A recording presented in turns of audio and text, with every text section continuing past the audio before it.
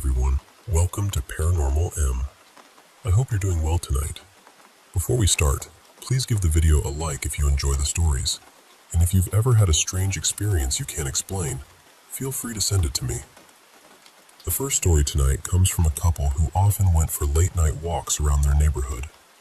It was something completely normal for them, until one night, they noticed a tall man standing on the path ahead.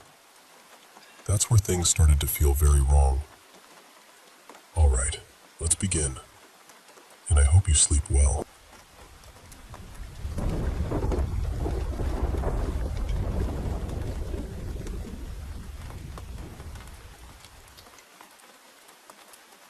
I'm going to tell you about something that still makes my stomach tighten whenever I think about it. Me and my girlfriend Liana had this little routine for years. We lived on a quiet road in the UK, the kind of place where nothing really happens after dark, and most weekends we'd go out for a late walk. Sometimes we'd just wander around the neighborhood. Other times we'd head up to the field behind our house with a pair of binoculars and look at the stars for a while. It was normal for us, comforting really. We'd done it so many times that we never felt nervous about it. Not once. Usually we were back home before midnight. But on this particular night, neither of us could sleep. It was around 1 in the morning when we finally decided to go out and clear our heads. The street was strangely empty. I know streets are quiet at that hour, but this felt different. There were barely any lights on in the houses. No cars passed, no dogs barked, no distant voices. It was just this thick, heavy silence sitting over everything. We tried to ignore it and kept walking toward the field behind our house. To get there, you have to go through this narrow path between tall hedges.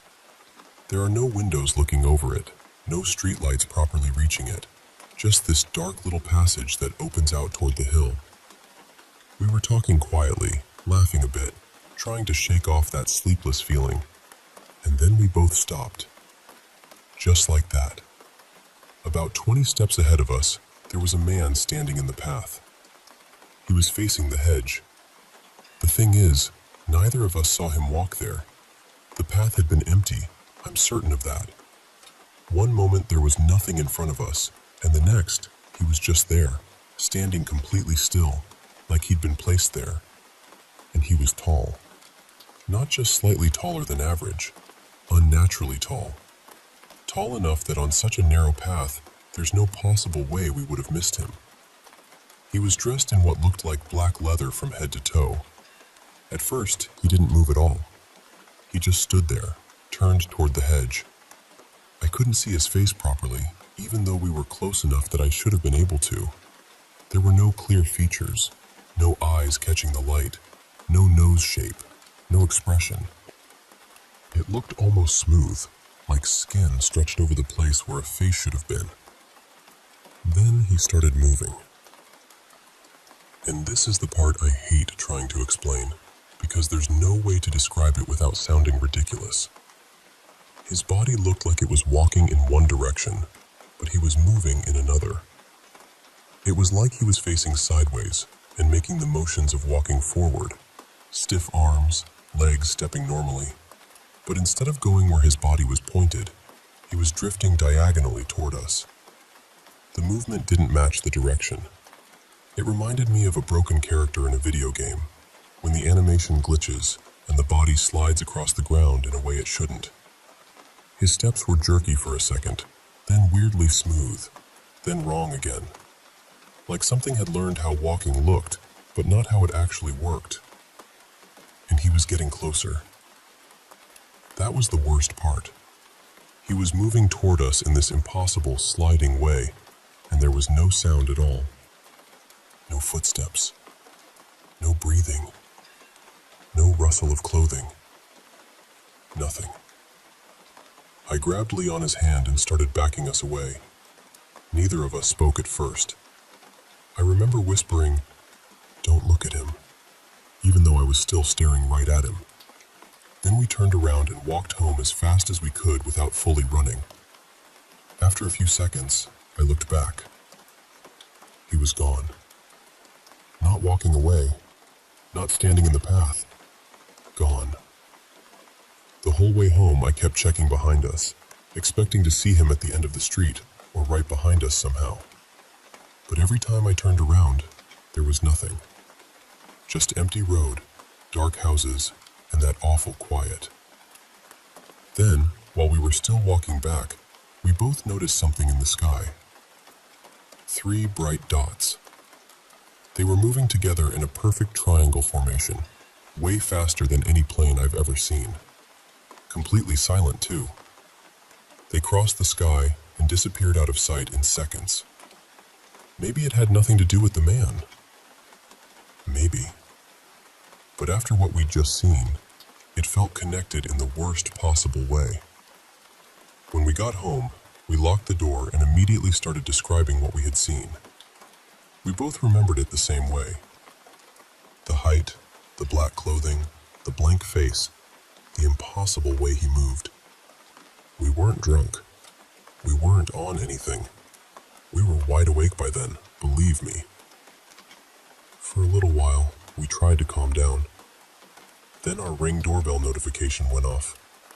There is someone at your front door. Our bedroom window was open, which suddenly felt like the stupidest mistake in the world. We froze and listened. At first, we heard low grunting outside, like someone was hurt or struggling to breathe.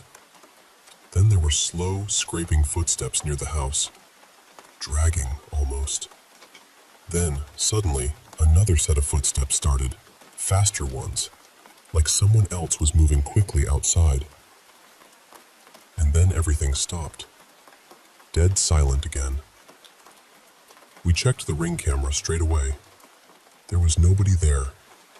The street was empty the entire time. No one at the door, no one walking past, nothing visible on the camera at all. To this day, I don't know what we saw on that path. I don't know what those lights were, and I don't know what triggered the doorbell afterward. But I know this much. Whatever that man was, he did not move like a normal person. And both of us still believe he followed us home.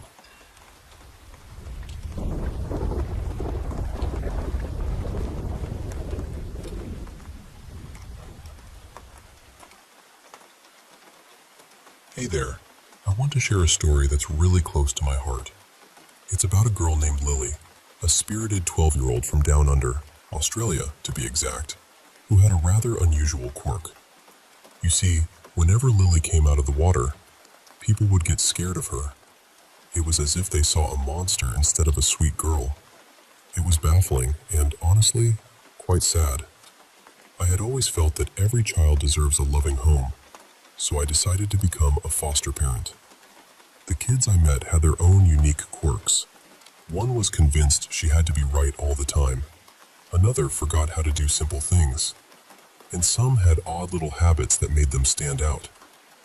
But Lily was different. There was something special about her.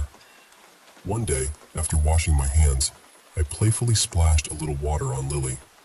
Instead of fear, she looked up at me with the most adorable smile. That moment, I knew I wanted to adopt her. No questions asked.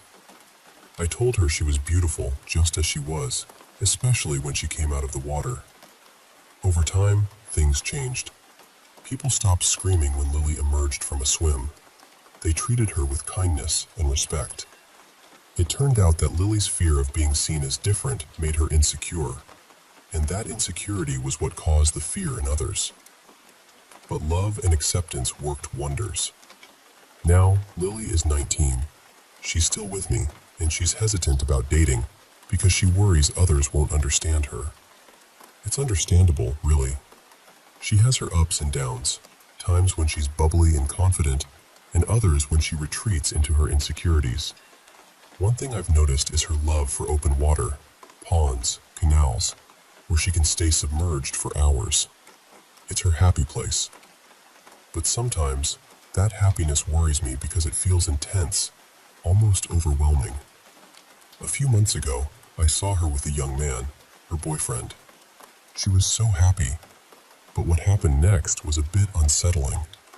She insisted he stay in the pond as long as she did, and when he couldn't, she'd get upset.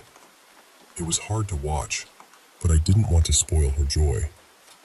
Then one evening, she pulled him back into the water when he tried to leave. Unfortunately, he didn't make it out alive. Lily was devastated, blaming him for not staying as she wished. After that, she fell back into her darker, insecure phase.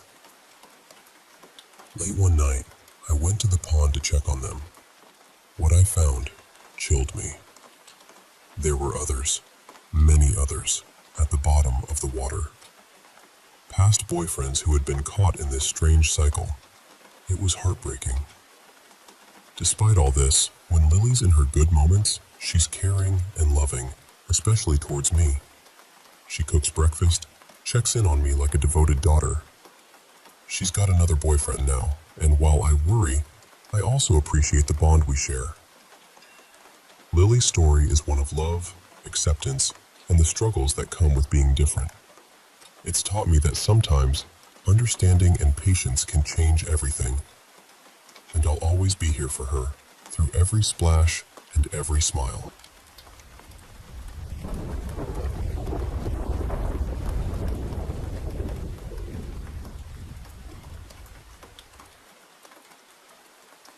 I want to tell you about something that supposedly happened in Taiwan in the late 1990s. It started as a simple family hike. A family had gone out to Daqing Scenic Area in Taichung, just wanting to spend the day together in the mountains. Nothing dramatic, nothing unusual. Just relatives walking along the trail, talking, taking in the trees, the rocks, the quiet air, the kind of outing people remember more for the feeling than the details. One of them, a man named Liang, had brought along an old camcorder. And if you have ever seen home videos from that time, you know exactly what I mean.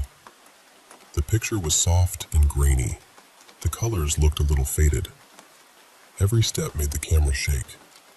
It had that familiar, ordinary look of a family memory caught on tape. At the time, nobody noticed anything strange.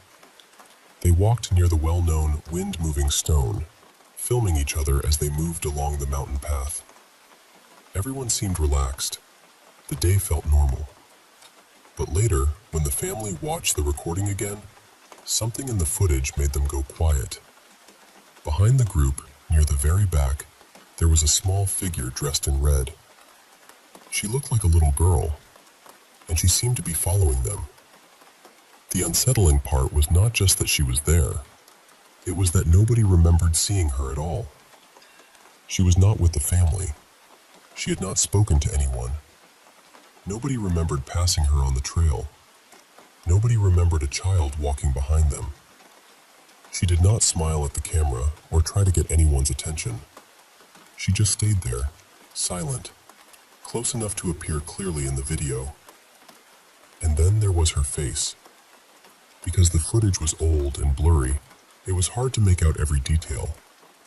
But people who later watched the tape said her face did not seem quite right. Some thought she looked too old to be a child.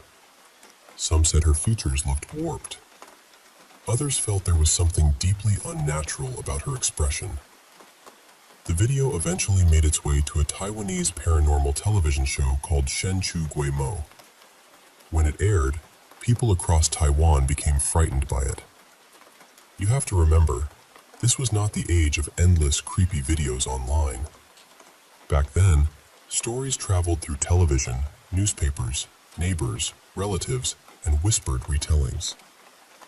So when people saw what looked like a real family tape, with that red-clad child walking behind them, it landed differently. It felt closer, more possible. Then came the rumors. People began saying that someone connected to the hiking group died after the trip. Whether every part of that claim was true or not, it made the story grow darker. Soon, people started connecting the girl in red to old Taiwanese beliefs about the mountains. The idea was that something had followed them, or that someone had been marked, or that the little girl was not really a little girl at all. Over time, many began linking her to the legend of the Mo Sin Ah. Now, Mo Sin Ah are not exactly ghosts in the way many people think of ghosts. In Taiwanese folklore, they are more like strange mountain beings. They are said to live in forests, bamboo groves, valleys, and misty trails, places where the path can feel familiar one moment and completely wrong the next. Some stories describe them as small and childlike. Others say they seem monkey-like. Sometimes they are said to wear red. Sometimes they have red eyes or red hats. But what makes them frightening is not that they attack people outright. It is that they confuse them. The stories say a person led away by Mo Sin Ah may suddenly become lost in a place they should know. They may vanish for hours or even days. And when they are found, they often seem exhausted, dazed, and unable to explain what happened. Some say they were given food, but later, people wonder if what they were really eating was mud, grass, insects, or something else from the forest floor. And Taiwan has many stories that follow that same eerie shape. In one case, an elderly woman went into the mountains near Shiji with her family to visit a grave. She walked ahead only briefly, but when the others went looking for her, she was gone. Her family searched desperately, even using old folk methods like beating gongs and calling her name, hoping the sound would guide her back. Days later, she was found dead. In another story from Hualien, an elderly woman disappeared and was later found after heading toward a rural mountain road. She reportedly said a little girl in red had led her away, and that older people had kept her company at night. And in Kaohsiung, another elderly woman vanished after going out near the fields. When she was finally found, weak but alive, near a mountain cemetery, she said someone had taken her somewhere to rest and had even prepared food for her. Now, none of this proves that Mosina are real, but the pattern is what makes people uneasy. Someone leaves a familiar place. They disappear suddenly, and when they return, they cannot clearly explain where they were.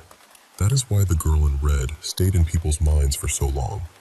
Maybe she really was just another child on the trail, made strange by bad video quality and an old camera. Maybe the television show shaped the story to make it scarier. Maybe people saw what they were already afraid of seeing. Or maybe, as some still believe, the family recorded something that belonged to the mountain. The truth is, no one has ever given a clear answer, and that is the part that lingers.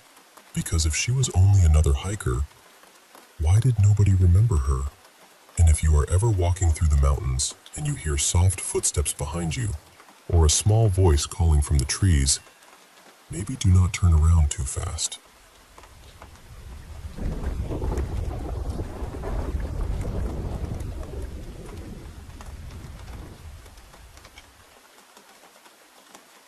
You know, I was about 16 when this happened. My family and I were visiting the coast of Gulf Shores, Alabama, and there was this ominous storm rolling in, with dark, swirling clouds hanging low over the water.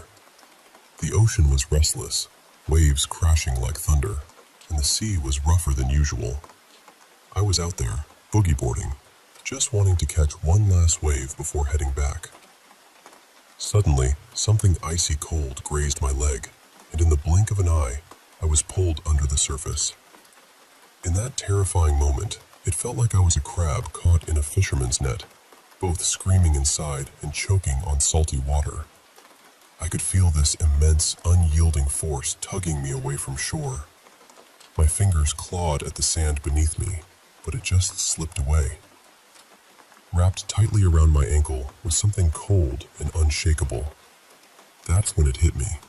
It wasn't a typical riptide. Something was holding on to me, dragging me deeper and farther from the beach. I tried to hold my breath as long as I could, but eventually, my survival instincts took over. Instead of fighting against whatever was pulling me, I decided to swim with it. When my head finally broke the surface, I vomited a mouthful of salt water and gasped for air. But before I could catch my breath, I was dragged down again. This time, I felt the same chilling grip on my forearm. I imagined it might be some sea creature, maybe a giant squid, but what I saw next was far more haunting. Staring back at me was a pale boy, his lips a deep, unnatural blue, skin tinged with a ghostly hue, and his jaw slack like someone who had drowned long ago. His bony hands gripped my arms tightly, and his eyes, oh, those lifeless white eyes, seemed to pierce right through me. The strangest part was watching him swim backwards, pulling me along as if he were guiding me to the depths. His legs moved slowly, almost painfully, kicking in the wrong direction. Panic surged through me, and with all my might, I pushed off his chest and broke free.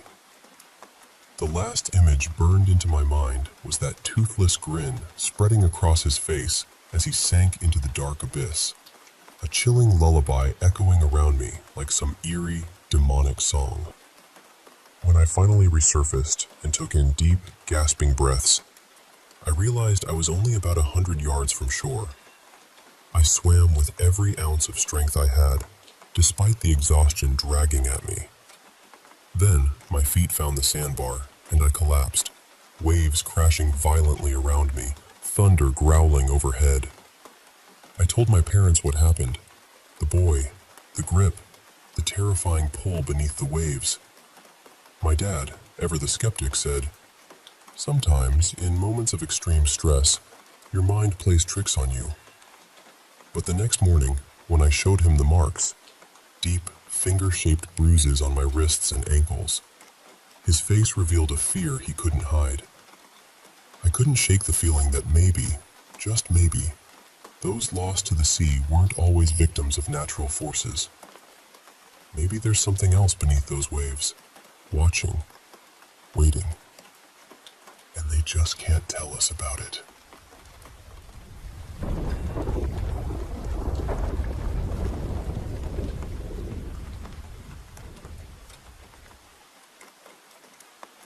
You know, back when I was stationed in Afghanistan, I had one of those moments that sticks with you forever, the kind you never want to relive. I was Corporal Davis, and we were moving through some rugged mountains. One night, I made a terrible mistake.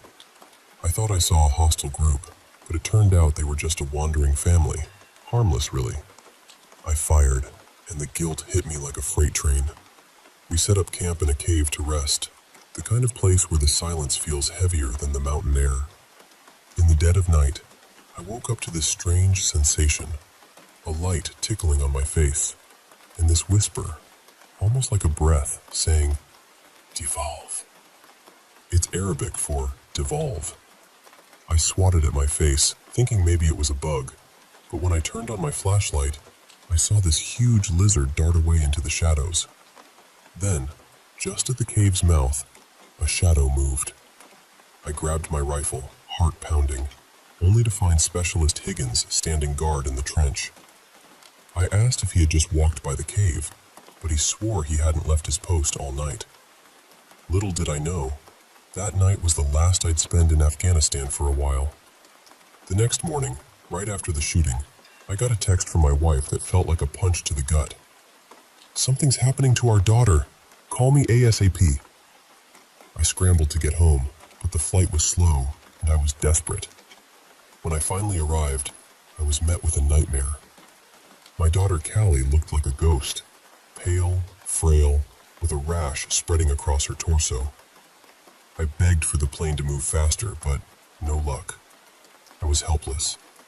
When I walked into the house, my heart sank even further. Callie was nowhere to be found, and my wife was sobbing in my arms. I asked what happened, if she'd been to the doctor, but my wife couldn't speak. She just pointed toward the dining room. There, sitting on the table, was a cage with a pale iguana perched inside. I lost it, shouting, "What kind of sick joke is this?" Then, the lizard opened its mouth and said, "It's me, Daddy." I broke down, thinking I was losing my mind, but I wasn't hallucinating. The next day, we had to put that iguana into a sanitized jar, and the day after, ashes scattered in an ashtray. Last night I was bathing my other daughter, Clara. She kept scratching under her arms, and when I lifted them, the rash was worse than before, and her ribs were sticking out. Then, she looked at me and said something that chilled me to the core. Dad, what does devolve mean? I keep hearing it in my sleep. It's like the nightmare is far from over, and I'm just waiting for the next chapter to unfold.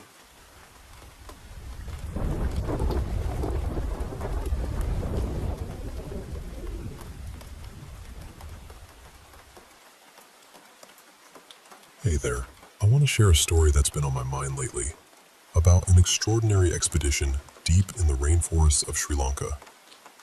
So, picture this. It's right after the northeast monsoon season, and COVID-19 is at its peak there. Our team, working with National Geographic, set out to investigate some unusual creatures the locals call fire spreaders. These aren't your everyday spiders. They're a kind of wandering spider, but with some truly terrifying twists. These spiders aren't just creepy, they're deadly. They roam the forest at night and hide high up in the trees by day. They travel from village to village, hunting mammals and reptiles, draining their blood and consuming the remains. On our first night, we stumbled upon a family of wild boars completely paralyzed, being eaten alive by these massive red spiders. Now, here's the weird part. When we shone our flashlights on them, instead of scattering like normal spiders, they actually moved toward the light and went on the attack. They can jump incredible distances, up to 4 feet high and 11 feet across, which makes them incredibly dangerous.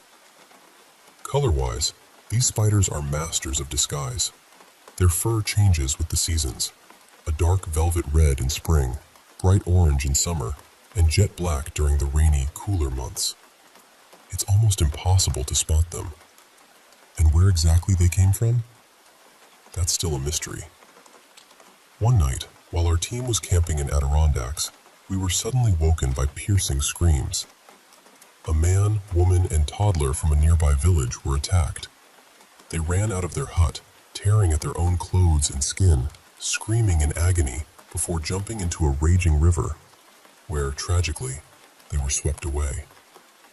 This was the first time anyone outside the local tribes had witnessed the horrifying effects of a bite from these spiders. Sadly, one of our own scientists was bitten too. His reaction was chilling. He screamed that he felt like he was burning alive from the inside, claimed he could see smoke pouring from his mouth and lungs, and that his flesh was melting. We managed to restrain him just before his heart gave out, but he vomited a terrifying amount of blood before he passed away. We brought back a few of these aggressive spiders to the States for study, and set up hidden cameras and audio devices across hundreds of miles in the jungle to monitor them. Night after night, the forest echoed with chilling shrieks from both humans and other creatures. These spiders are not just carnivores, they're cannibals too. When confined together, they attack and kill each other. None survive. Scientists describe their behavior as pure fury, something never seen before in arachnids. Here's the twist. A few months ago, in a quarantined village suffering from COVID, 9 people were bitten by these spiders, 3 men and 6 women. Remarkably, their COVID symptoms vanished within hours. But the catch? They became violently psychotic, crawling on all fours, attacking hospital staff and other patients, biting and tearing flesh. The virus and venom seemed to mutate together, creating something terrifyingly infectious and aggressive. The hospital was quickly overrun. Sri Lankan forces had to intervene, tragically executing many infected individuals, but some disappeared into deep caves and haven't been found since. Recently, the CDC conducted a case study on a 72-year-old woman who was given a controlled dose of the pathogen and venom. Her reaction was extraordinary and terrifying. Though legally blind, she suddenly gained eagle-like vision and claimed she could smell roses from over 1,000 feet away, despite multiple walls and thick concrete between her and an actual rose garden. Her heart rate skyrocketed, and despite extreme sedation, she violently attacked staff, causing severe injuries. Now she's in an induced coma, and doctors are struggling to find a way to reverse the effects of this venom-pathogen combination. It's unclear if she will ever recover. Confidential reports suggest that this new mutation, called SRI-91, has already overrun an entire community in Sri Lanka. Evacuation plans are reportedly underway, but the full scope of this crisis remains unknown. It's a chilling reminder of how nature can surprise us, and how much we still have to learn about the world's hidden dangers. Thanks for listening.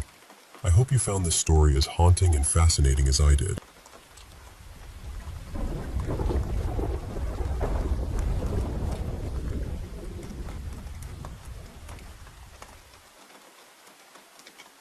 Hey, I want to share some stories with you. Real experiences that really shook me, but also taught me a lot about staying alert and strong. So, picture this. It's Christmas Eve, 2020. I'm out driving for a rideshare app, just a few hours before heading to my mom's with my wife and our new baby. Nothing fancy planned, just the usual. I get a ride request from a pretty rundown apartment complex. Nothing unusual for me. When I arrive, I meet my passenger, a guy carrying several boxes of his stuff. My car's an older Chevy Impala, so space is tight, but we manage. During the ride, he breaks down, telling me his girlfriend was cheating on him, and he caught them earlier that night. He couldn't stay there because the lease was in her name, so I'm taking him to a motel in a rough part of town, known for all the vices you can imagine. Drugs, gangs, shady motels. At the motel, he asks me to wait while he checks in, and sure, I do. I have a concealed, holstered gun under my seat for protection. I've had some close calls before, so I'm on edge, especially seeing homeless folks around, including one passed out with a needle still in his arm. As I help unload his stuff, I notice a guy emerge from a nearby room, followed by two women. One woman bangs on a door, opens it, and then the guy pulls out a shotgun from his coat and storms in, the women following behind. I hear shouting and get ready for the worst. Suddenly, my passenger comes up and says, "I've got this, man. You should get out of here. Merry Christmas." He even slips me some cash without me noticing. I knew those people saw me and my gun, so I had to leave fast, no witnesses. I sped off, called the cops with all the details, and signed out for the night. Later, the police couldn't find the gunman or those women, and the room's occupants denied everything. But I know what I saw. Now, another story from a few years earlier, July 4th, 2019. I was a corrections officer working nights in a maximum security prison. That day, I'd been enjoying a barbecue with my family, but I had to work, which was tough. At the prison, things were routine until just after midnight, when I heard an inmate cackling in a strange way. I checked around but found nothing. Then I noticed one inmate acting weird, talking to himself and giving me attitude. I decided to have his cell searched. When officers went to pull him out, I waited downstairs to keep things safe, but he took forever to come out, only wearing shorts and a do-rag. I called him down, but he refused, watching intently as they searched his cell. I went upstairs to check on him and saw the Samsung logo reflecting in his do-rag. I realized he had a cell phone, which was forbidden. I called for backup, and as we tried to cuff him, he suddenly pulled out a sharp metal rod disguised as a phone. He attacked me, stabbing my chest. I yelled for the other officers to spray him with bear spray, which helped subdue him. I was stabbed 4 times but survived. After that, I was forced to resign for safety reasons, and things changed. Everyone in maximum security prisons now wears vests. It's been hard, feeling abandoned by former coworkers, but I keep going. Court is coming for him, with multiple attempted murder charges. Then, there was a night driving for Lyft again, this time in a big city. I noticed a black car with super tinted windows circling the parking lot where I was parked. It passed by slowly and stopped right behind my car once. My gut said something was off, so I moved to a better spot and eventually got a ride request. I never saw that car again. I don't know what their intentions were, but it definitely raised my paranoia. Stay observant of your surroundings, friends. These experiences taught me that. Now, on a different note, I want to share a story about a shadowy encounter in my teens. I was living with my dad in an apartment with a simple layout. One day, as I was heading to my room carrying some stuff, I suddenly felt this overwhelming dread. I looked up and saw a towering, inky black silhouette, a shadow person, with no eyes, just a dark outline of a man reaching the ceiling. I dropped everything in shock. I quickly turned on the hallway light, and he vanished. I don't know if he was there to protect me or something else, but I haven't seen him since. It was unforgettable. And lastly, a little creepiness from my retail job. I work at a big store, helping with online grocery pickup. There's this regular customer, Tom, who always wears a stained old mask and drives a blue car. Every time I load his groceries, I gag slightly because the trunk reeks of bleach, trying to cover up the smell of dirty laundry and something worse. Tom is friendly, but a bit socially awkward, often confusing me with other coworkers. He calls me beautiful and nice, which is polite but also a bit unsettling given the state of his vehicle. I keep my distance and stay professional. These stories might sound all over the place, but they all taught me about caution, resilience, and the weirdness life sometimes throws at us. I hope sharing them helps you feel less alone in your own fears and reminds you to stay safe and trust your instincts. Thanks for listening.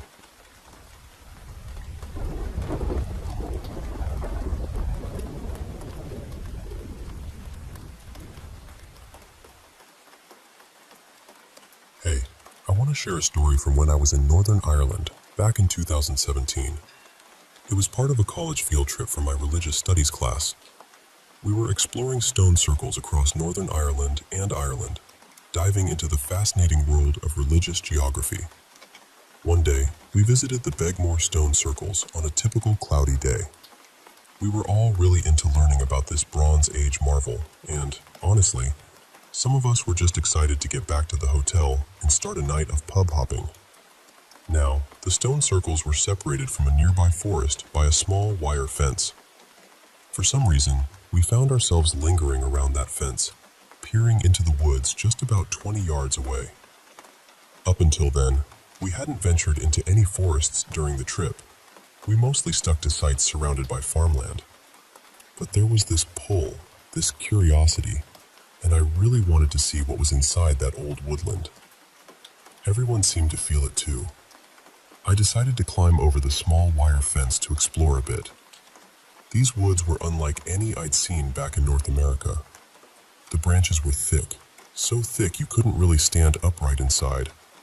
I had to bend over to make my way through. The ground was covered with a soft, light brown moss, dotted with tree roots. I moved quickly, eyes on the ground to avoid tripping. I felt this giddy excitement, like a kid sneaking somewhere they're not supposed to be. I picked up speed, feeling light on my feet. Then, I looked up to make sure I wouldn't run into a tree trunk, and that's when I saw it. Legs. Human legs, just standing there among the trees. I could only see the legs. The thick branches hid everything else. It was so strange. How could someone be standing in such dense woods like that? I felt this instinctual fear, almost animal-like, even though it didn't make much sense. I told myself they couldn't see me since I couldn't see their face, but somehow it felt like they knew I was there. Why would anyone be out here alone? We were the only group at the stone circles, and there were no houses nearby. I looked back and realized I'd gone much deeper into the woods than I thought. The light from the entrance was barely visible. It was so quiet. They must have heard me coming. My mind raced. I'm closer to them than to the exit. They could reach me before I get out. I stood there for what felt like an eternity, but was probably less than a minute. I didn't see the legs move, but I could tell they were facing me, not away. Suddenly, that thrill of being somewhere forbidden faded, replaced by a heavy nausea. Like a deer scenting a hunter, I turned and ran. I sprinted through the trees, still bent over, dodging branches as fast as I could. I didn't look down this time and stumbled a bit, just focused on the light at the edge of the forest. Branches grabbed at my hair and clothes, and I couldn't hear anything but my own heavy breathing. When I finally burst through the tree line, that weight lifted off me. The group by the fence looked shocked to see me come flying out like that. I told them I thought I saw someone, or something, but it almost felt wrong to say it out loud. We left soon after that. To this day, I'm not sure what I saw. Was it just a person hiding deep in the forest? Or something else? A fae? A spirit? Maybe even the Green Man? All I know is that it felt otherworldly. Anyway, thought I'd share this little mystery with you. Happy St. Patrick's Day, everyone.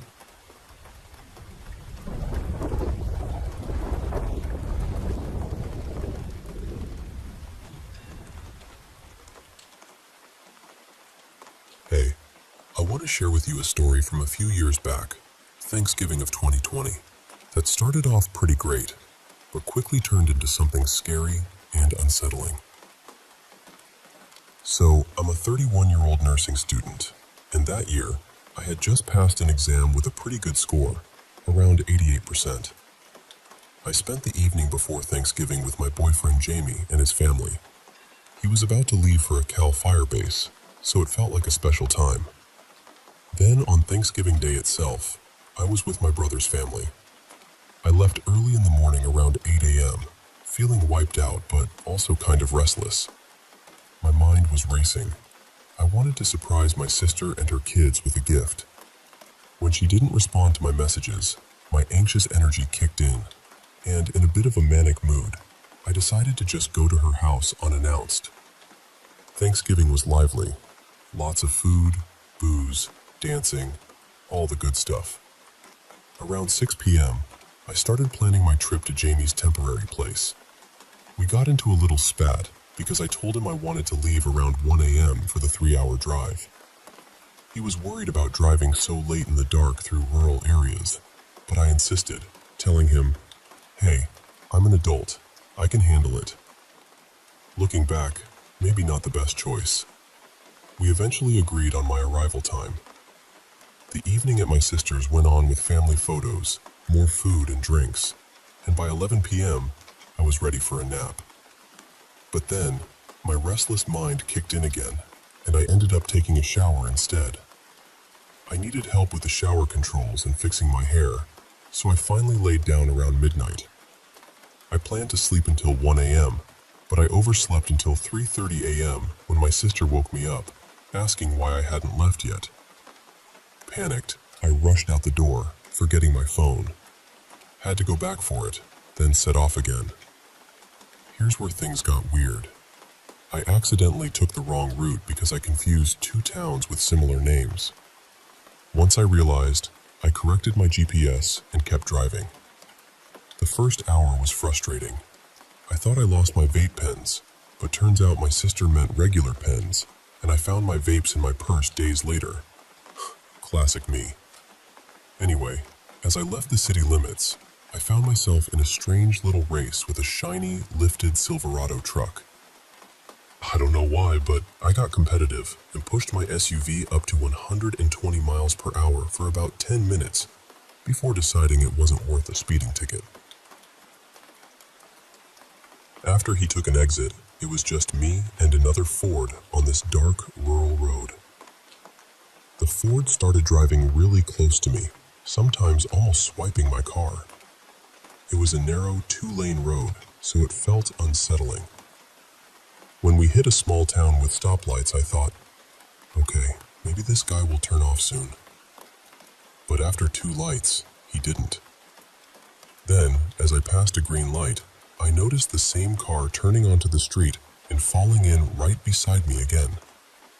My heart started pounding, and I tried to stay calm, telling myself maybe I was just imagining things. At one light, I could see the driver, a man wearing a hat, staring at me. The light turned green, but I stayed put, hoping he would go. He didn't. I slowly drove through the intersection while he kept pace with me. Then a a truck behind me honked, and I took that as a sign to speed up. The Ford followed, trying to cut me off, weaving dangerously close, even oncoming traffic lanes. I was terrified, but managed to speed up to 90 miles per hour, then 120 miles per hour, trying to lose him. He was erratic, dangerously cutting off a big rig truck behind me. After about 10 minutes, I finally slowed down in a town and stopped at a busy store to catch my breath. Inside, everyone gave me these odd, pitying looks. I was shaking, tears streaked my makeup, and I struggled to pay for coffee and cigarettes because my hands were trembling. I just wanted to calm down. When I got back to Jamie's place, he immediately saw something was wrong. After I told him everything, he hugged me and made sure I stayed put until he was off work. It was a tough few days. I couldn't focus on studying, still shaky and haunted by the drive. Looking back, I wish I had listened to Jamie. No matter how grown up you feel, driving alone at night in remote areas can be dangerous. There are people out there you just don't want to cross paths with. So yeah, that's my Thanksgiving story. A reminder that sometimes it's okay to listen when someone says, maybe don't drive tonight.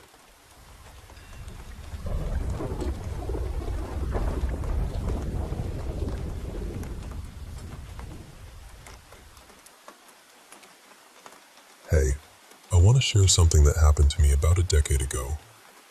It's still hard to wrap my head around how lucky I was to get away.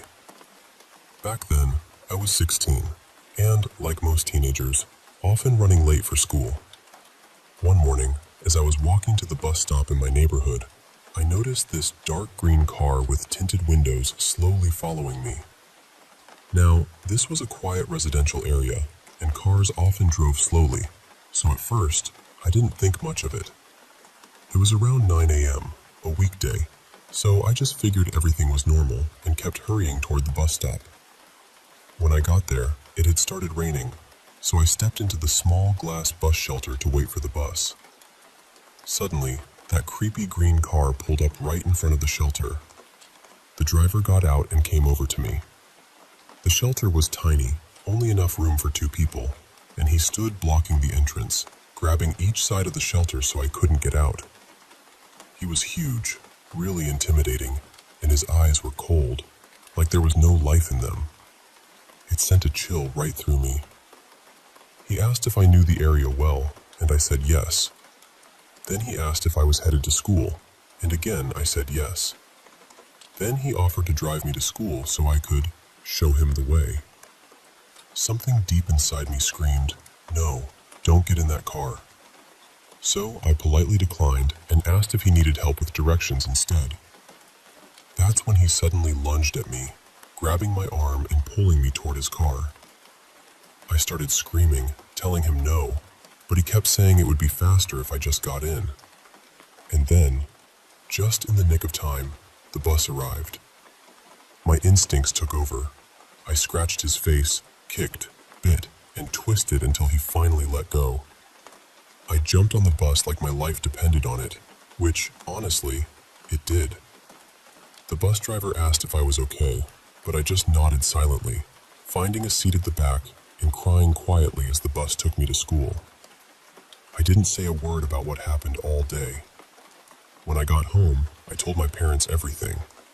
They were, understandably, horrified, especially when they saw the bruise on my arm from where he grabbed me. We called the police, and an officer came that evening to take my statement. He told us there had been similar cases in the area, and asked if I could come to the station to look at some photos, to see if I could identify the man. The following week, my mom and I went to the station. We sat at a computer, scrolling through mugshots.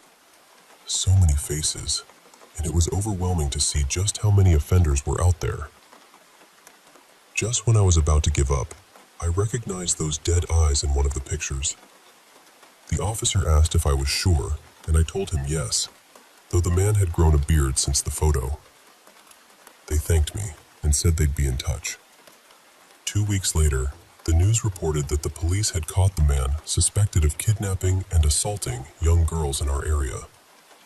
They showed his mugshot, and it was the same guy I'd identified. He was caught with one of his victims in his car. It took me years to fully grasp how close I came to something terrible. What if the bus had been late? What if I hadn't fought back? What if I hadn't noticed him following me? There were so many moments where things could have gone very differently. I feel incredibly fortunate, and I share this story because I hope it reminds you to trust your instincts and to fight for your safety, no matter what.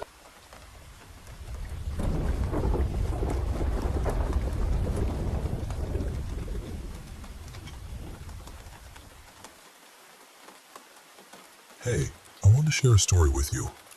One that changed how I feel about camping forever, and deepened the bond I have with my dog, who's pretty much a hero to me. So, a little background first. Where I live, there aren't strict trespassing laws as long as you're respectful and don't damage anything. You can walk or camp on beaches freely, just as long as you leave everything exactly as you found it. When I was a kid, camping was this big family thing. We'd go several times a year with my parents and their friends, usually about 10 people, kids included. We'd head to this super remote beach on the coast. It wasn't just us there. Other families came too, with their boats and tents. It was this really chill, family-friendly spot. Even had some basic toilets and showers, which was a lifesaver in the middle of nowhere. Now, fast forward to spring of 2012. I know this because I got my dog Mozzarella the winter before as a birthday present to myself. I picked her from the shelter. She was 6 months old then, rescued from a terrible dogfighting ring. We think she's a mix, maybe a lurcher and staffy. She's calm and sweet with people and other dogs, but don't mess with her. She's fiercely protective. This camping trip was different. None of the family friends could come, so it was just me, my sister, and our parents. I didn't mind. I was more attached to Mozzarella anyway. We left late. The drive took around 6 hours, and we got there just as the sun was setting. Normally, there'd be other campers and campfires lighting up the beach, but this time, it was completely empty. We started setting up in the dark. Not ideal. My parents were trying to pitch the tent while my sister and I fetched bags from the car. I rolled down Mozzarella's window to give her some fresh air because it was still warm. As we were fumbling around, my mom noticed a car driving around the circular road that loops the beach. She mentioned it to my dad, but he brushed it off. Then, a guy got out of the car and walked toward us. It was clear he wasn't sober. He was staggering, and he had a big knife in his hand. My dad stood up, holding a camping mallet, and put us behind him. The man started shouting that we couldn't camp there and to leave immediately. My dad tried to stay calm, but the guy kept moving closer, shouting louder. My sister and I were terrified, crying and shaking. I honestly thought the guy might hurt us, and I wasn't confident my dad could stop him. But then, out of nowhere, Mozzarella sprang into action. She lunged at the man, biting his arm hard, tearing through his jacket and breaking the skin. He dropped the knife, kicked and punched her to get free, grabbed the knife again, and ran back to his car before speeding off. Mozzarella stayed with us, even though she was bleeding a little. We quickly packed up and got back in the car, shaken but safe. I checked her over. She was okay, just a bit scratched. Somehow, during the chaos, she must have pushed her paw against the window and squeezed out of the car when it was slightly open. We decided to head home right away, but we needed gas. When we pulled into the nearest town's petrol station, we saw the guy waiting there, cleaning his wound. We didn't stop. My dad drove out immediately.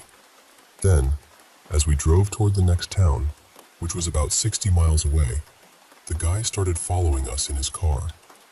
That hour-long chase was one of the scariest moments of my life. Our gas was nearly empty, and we were driving on fumes the entire time. But finally, he turned off, and we made it safely to the next town to refuel. After we got home and rested, my mom reported the incident to the police. They never followed up, but apparently, the guy matched the description of someone wanted for a serious crime. We don't know what became of him. So, what's the takeaway? For me, it's that Mozzarella isn't just a pet. She's family and a true protector. Despite everything she went through before I adopted her, abuse, fear, neglect, she had the courage to defend us without hesitation. I believe dogs can truly sense danger and understand human emotions better than we give them credit for. If you're thinking about getting a dog, please consider adopting. They'll change your life in ways you never expect. Mozzarella saved mine. And that $80 adoption fee? The best investment I ever made.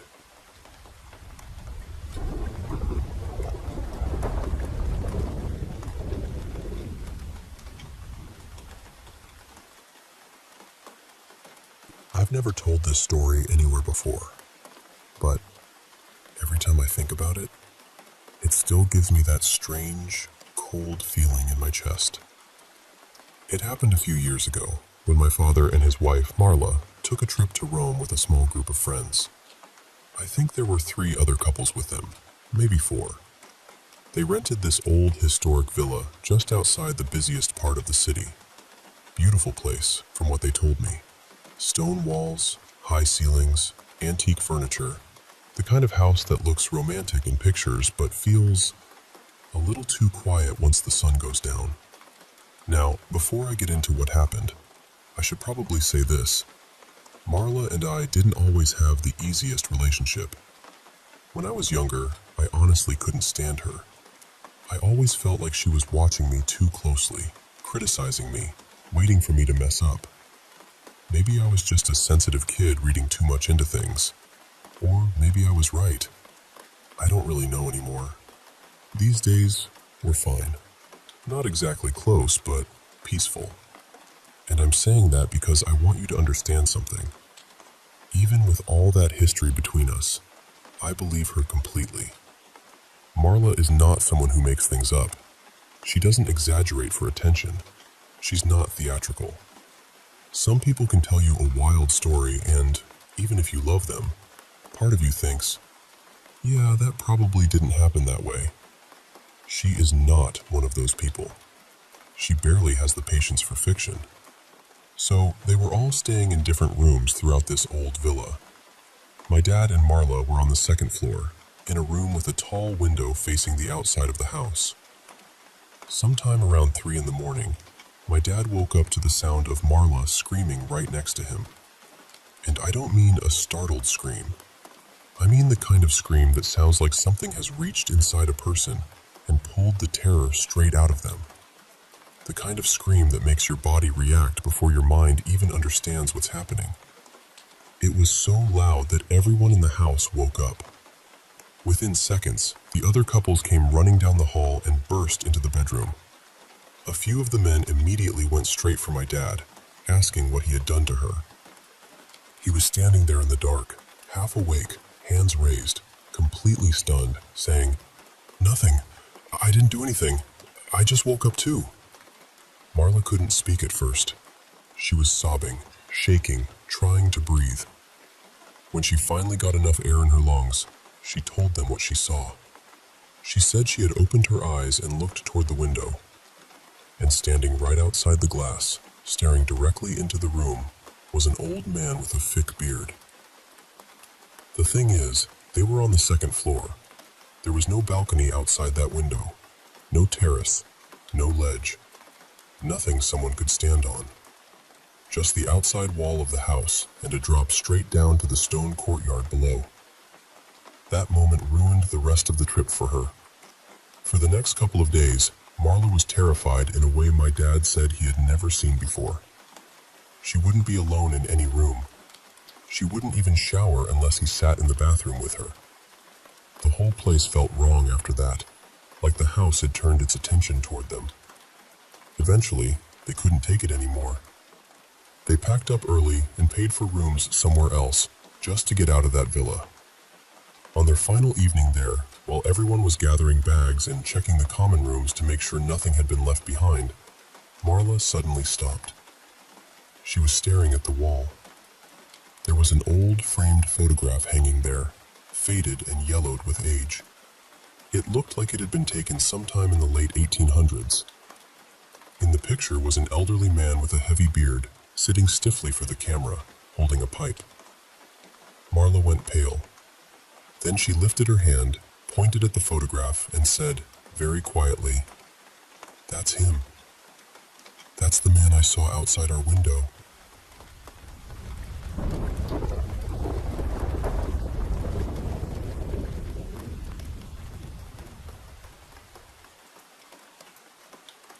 I was sitting in a parked car with a few friends one night, and we were just talking, passing time, telling ghost stories like people do when they're trying to scare each other a little. At first, it was all fun. Nothing serious. Just that kind of late-night conversation where everyone starts leaning into the spooky mood. Then one of my friends, Mara, suddenly pointed at the driver's side window and said there was a handprint on it. Everyone got quiet for a second, because of course we were literally in the middle of talking about ghosts. But I didn't really react much. The print was on the outside of the car, and honestly, that didn't seem that strange to me. Someone could have walked by earlier and leaned on the glass. It happens. But then my friend sitting next to me in the back noticed another handprint on our window. And this one felt different.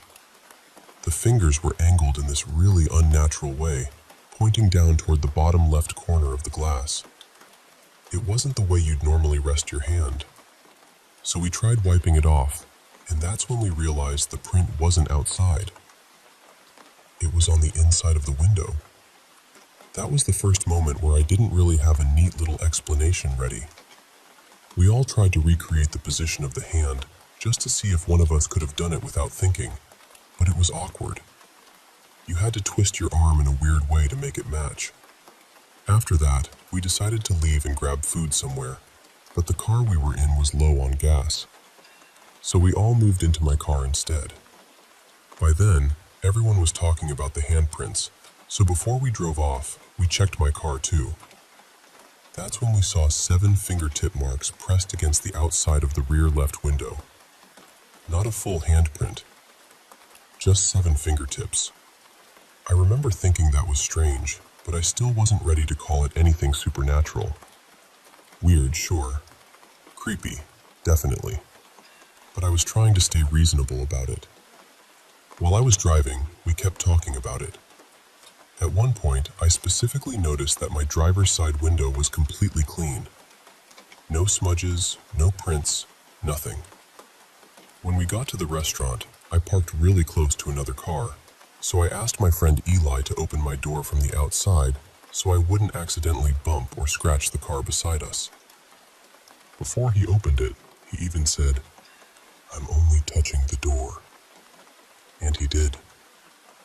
I watched him. When I got out, I was careful too. I didn't touch the window at all. I closed the door by the frame, and we started walking toward the restaurant. But something made me turn back. I don't even know why. I just wanted to check the windows again. And on my driver's side window, the same window that had been completely clean, there were 4 fingerprints sliding downward through the glass, like someone had dragged their fingers down it. The 7 fingertip marks on the other window were still there. They hadn't changed. But these new prints were on the window that nobody had touched. I know most people hearing this are probably going to think my friends were messing with me. And honestly, I get that. If someone told me this story, I'd probably think the same thing. But the thing is, they were more scared than I was for most of the night. They believe in supernatural stuff. I really don't. Or at least, I didn't. Lately, though, I've been second-guessing that, because strange things have been happening around me for the past few weeks. Out of all of it, this incident still bothers me the most, because it wasn't just me. 3 other people were there. They saw the same things I saw. I can almost convince myself that the first prints were probably human somehow. Maybe there's an explanation for the weird angle. Maybe there's an explanation for the 7 fingertips. But that last one? I have nothing. Both Eli and I were paying attention to what we touched. We were careful. We both knew that window had been clean. And between the moment I saw it clean and the moment I came back to check it, nobody touched it. I wish I had taken pictures. I even mentioned it when I saw the last set of prints, but for some reason none of us actually pulled out a phone. I still don't understand why. All I know is that something happened that night, and I still can't explain it.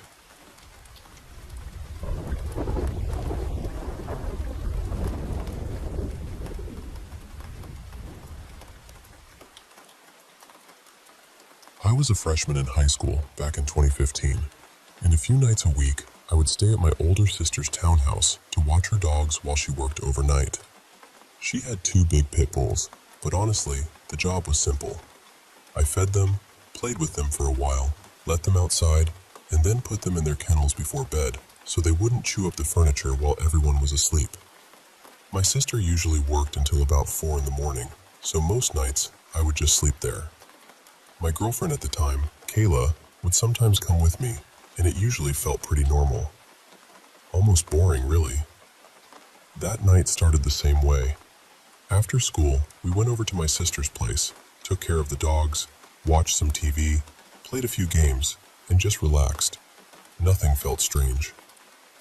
Nothing felt off. Around 10:30, we headed upstairs to my sister's bedroom to get ready for bed. The bedroom door was closed because she always kept it shut to stop the cats from getting in. Kayla and I were sitting on the bed, both on our phones, not really talking much. Then, all at once, the bedroom door started shaking. And I don't mean a little rattle. It was violent, loud, like someone was standing on the other side, grabbing the handle and trying as hard as they could to force their way in. The door wasn't even locked, but in that moment, neither of us thought about that. We just reacted. We jumped off the bed and threw ourselves against the door, pressing our legs and shoulders into it, because we truly believed someone had broken into the house and was trying to get into the room. I remember my heart pounding so hard it felt like it was in my throat. Then the shaking stopped. Just like that. For a few seconds we didn't move. We just stood there against the door, listening. I grabbed my sister's boyfriend's gun from the closet, locked the bedroom door, and pushed a dresser in front of it. Then I looked out the window and saw that the little patio gate downstairs was wide open. That scared me even more, because my first thought was, someone came in through there. After a few minutes, I worked up the courage to check the house. I went room by room upstairs first, then slowly made my way downstairs. But there was nothing. The front door was locked. The alarm system was still armed, and it absolutely would have gone off if someone had opened a door or window. The dogs were calm in their kennels, which made no sense to me. If anyone had actually come inside, those dogs would have lost their minds barking. One of them could even break out of the kennel if she really wanted to. Everything looked completely normal. That was the worst part. There was no sign that anything had happened, except for the fact that both of us had seen and heard that door shaking like someone was trying to get in. My sister has always been very involved in spiritual things.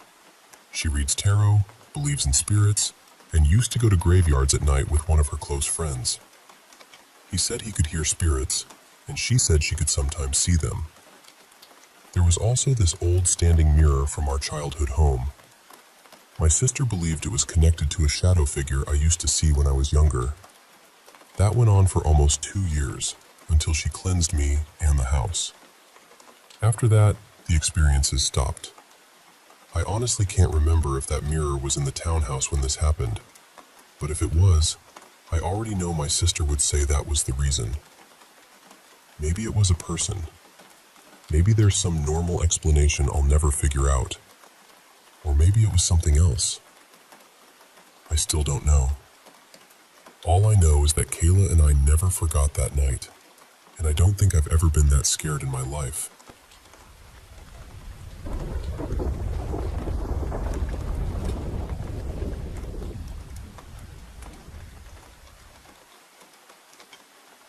I share stories like this because sometimes the right words arrive exactly when someone needs them. And maybe someone hearing this right now is in a difficult place and needs the same reminder that came through for her. A woman came in for a deep session. I'll call her Alina, though that is not her real name. As she settled into trance, she moved into another lifetime. She saw herself as a medicine woman living near a wide, wild sea. She was gathering herbs and roots with her grandmother, learning the old ways of healing, tending to people, loving her family, and growing older inside a life that felt simple, sacred, and full. I'll only share the part that stayed with me most. Near the end of that life, she was lying in a narrow bed inside a small stone village. Her family was gathered close. One of the women caring for her, gently washing her hands and praying beside her, was her daughter in this life. But in that lifetime, she had been her younger sister. And Alina said she wasn't afraid. She wasn't grieving. She was deeply peaceful. She said, "I stayed for my family. Now that I am old, I am happy to go. They think this is the end, but it is not. It is only the end of this part." After she left the body, she saw a bright sphere of light, filled with every sound at once. Laughter, crying, celebration, sorrow, waves, voices, silence. All of it was there together. Then an elder from her village appeared. She was another medicine woman, someone who had spent her younger years studying the ocean, the moon, the animals, and the shifting nature of spirit. She told Alina, "This is how the soul comes to know itself. Nothing stays the same forever, but everything matters. Every experience has a place. Every person must move through what teaches them." Then her higher self appeared. It looked like a great violet crystal made of living energy, glowing from within. Alina moved into it, and the feeling changed completely. She said it was peaceful, joyful, weightless. There was no heaviness there, no pressure, no fear. Then her higher self began to speak. It said, "This session was arranged so she could remember. Remember not to hold life so tightly. Remember that everything has meaning. Remember that problems can be looked at from another place." It said, "She believes she is stuck. She keeps searching outside herself for help, but everything she needs is already within her. Everything is available inside." Then it gave her something very simple. It said, "The meditation of sinking back into the sea, becoming very quiet, feeling the water around her, is a doorway. Water softens the noise. It reminds her where she truly is. She does not need to carry every sound that belongs to someone else." Then it spoke about boundaries. It said, "She already understands what boundaries are. She does not need more theory. She needs more pauses. When overwhelm begins, that is the sign to step away, not to push harder. She identifies too strongly with the noise around her. Step away. Return to peace. Then she will remember what she already knows." It also said, "She needs more time in nature with no purpose. Not walking to finish a goal. Not going outside as another task. Just being there. Watching life. Watching the trees, the water, the sky. The small movements of Mother Nature. No time limit. No pressure. No list. Just presence. She needs this." Then Alina asked what she had come here to learn. And her higher self said, "You came to learn how to hold all of it.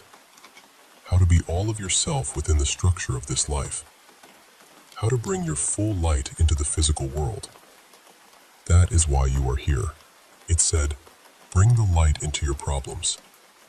Bring the light into your frustrations. Bring the light into the places that feel tight and impossible.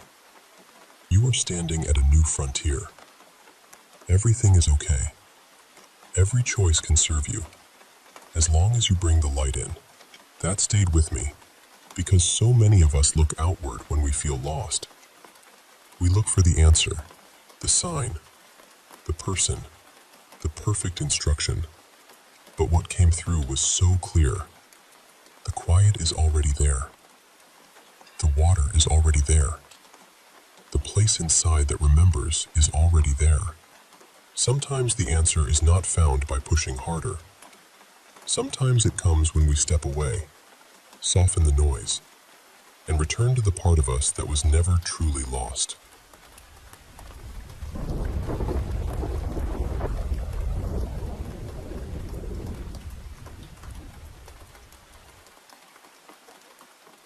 I was only about 5 years old when this happened, more than 30 years ago now, but I still remember it clearly. And it was not just something I dreamed up. Other people who were there have confirmed it many times over the years. I grew up in a small village in eastern Turkey, where almost every family kept cows.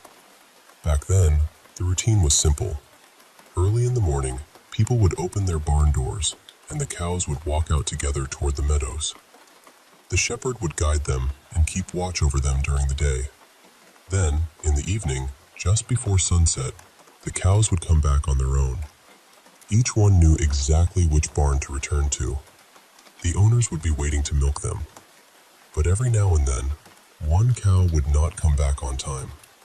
Usually, it was nothing dramatic. A cow would wander off, stop somewhere, get distracted doing whatever cows do, and forget to follow the others home.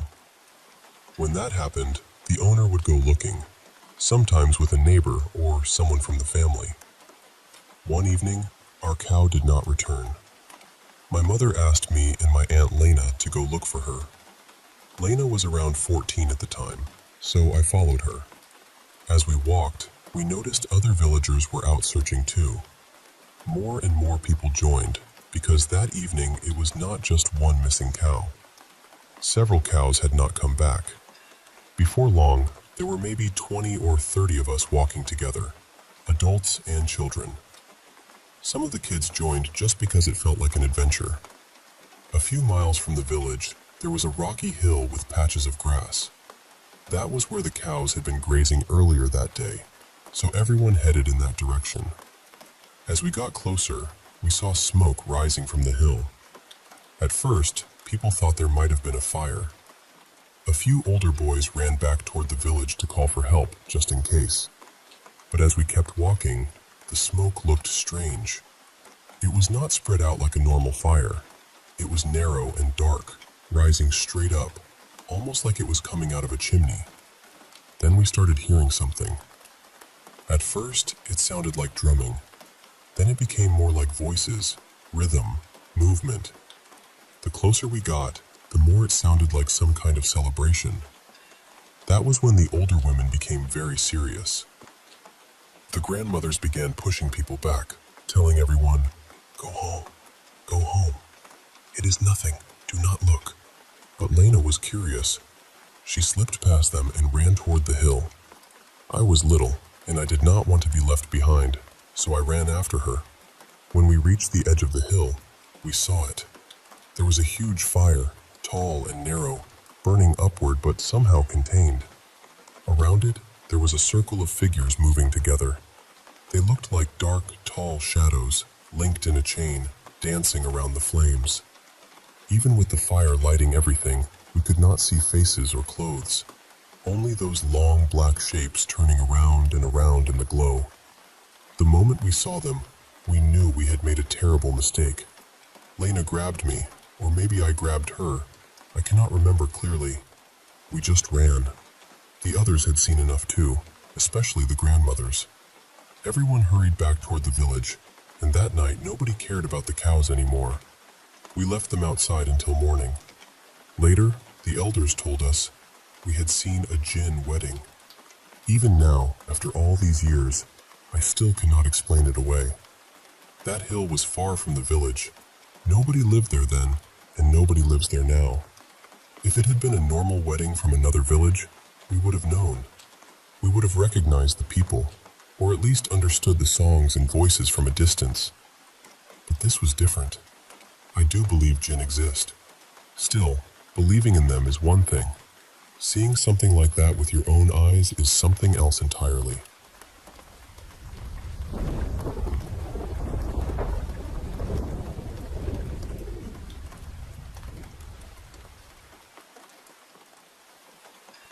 notice her in my grandfather's funeral photo until after my mother was buried. That's the part that still makes my hands go cold. It was late, maybe a little after midnight, and I was sitting alone at my kitchen table with an old photo album open in front of me. The tea beside me had gone completely cold. The house was quiet in that awful way a house gets after a funeral, when every small sound feels too loud, and every room seems to remember someone who isn't there anymore.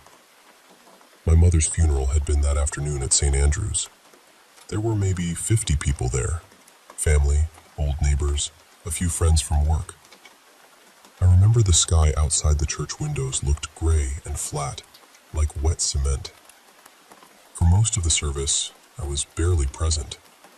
I stood when I was supposed to stand, sat when I was supposed to sit, nodded when people touched my arm and said kind things.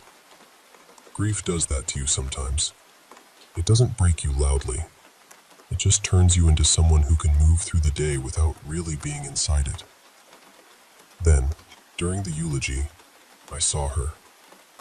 She was sitting in the very last pew, close to the side wall, with a whole empty row between her and everyone else. At first, I couldn't explain why she caught my attention. She was just wrong for the room. Not frightening exactly, not at first, but wrong in the way a mirror can feel wrong when something in the reflection doesn't match what's behind you. She had a pale face, not sickly pale, but faded, like color had never properly settled on her. Her dress was black, high at the neck, heavy-looking, and old-fashioned in a way that didn't feel intentional. It wasn't vintage.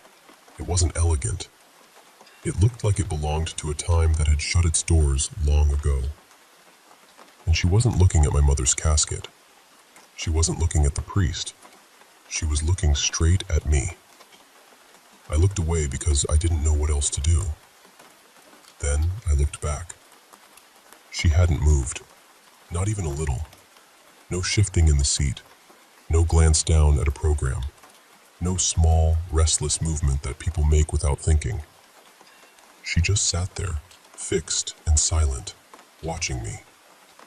I watched her on and off for the rest of the service. I swear to you, I never saw her blink. Afterward, I asked my Aunt Carrie who the woman in the back was. She frowned and said, "What woman?" I asked my cousin Devin, then my mother's friend Patricia, then even the priest while he was gathering his notes.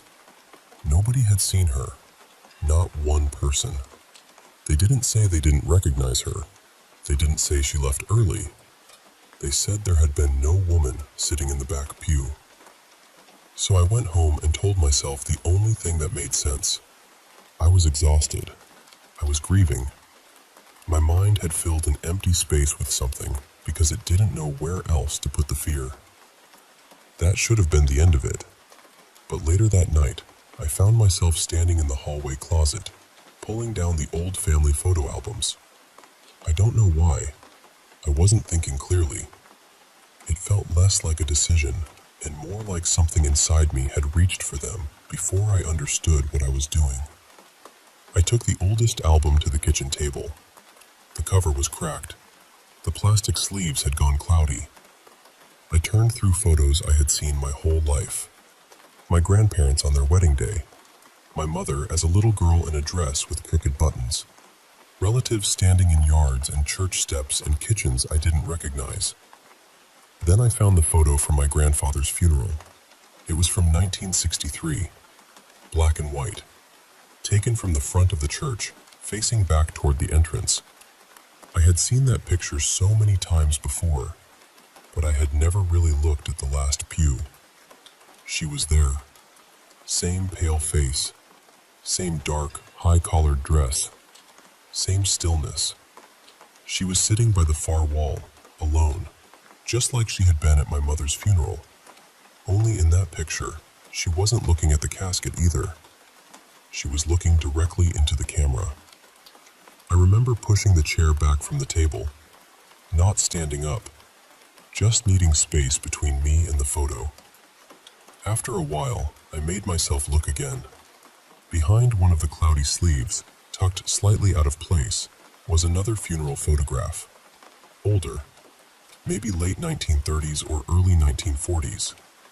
The church was smaller, darker.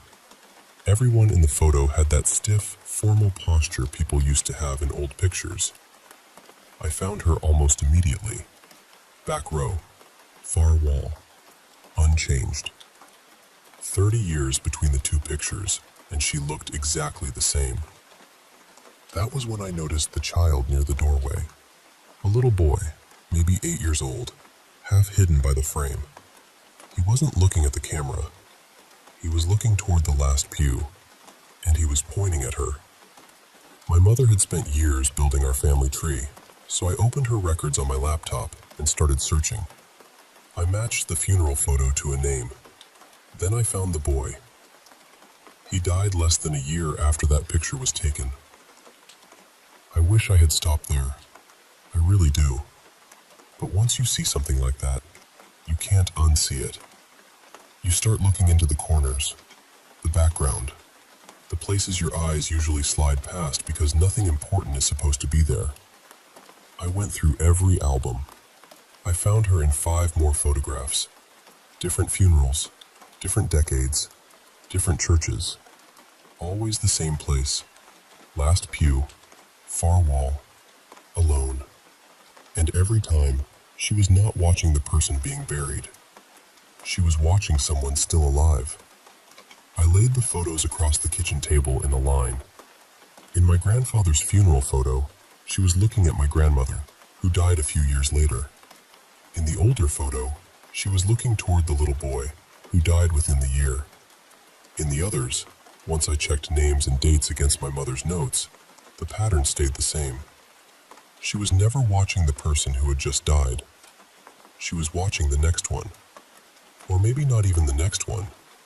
The one after that. The person whose place in the line had just moved closer. I sat there for a long time, staring at those photos while the house seemed to get colder around me. Then I remembered the picture from that afternoon. My cousin Devin had taken it before the service started. He had stood near the front of the church and snapped a photo looking back across the pews. He sent it to me earlier, but I hadn't really looked at it. I opened it on my phone. Last pew. Far wall. There she was. Same face, same dress, same impossible stillness. I zoomed in with my fingers trembling. I needed to see who she was watching. The image was a little blurred near the edges, but the back of the church was clear enough. She wasn't looking at me. She wasn't looking at the mourners. She was looking at the camera.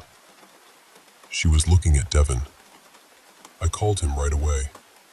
It rang 4 times, then went to voicemail. I called again. Voicemail. I texted him. Please call me. It's urgent. That was hours ago. I've called again and again, every 20 minutes. Same thing each time. 4 rings, his voice, then silence.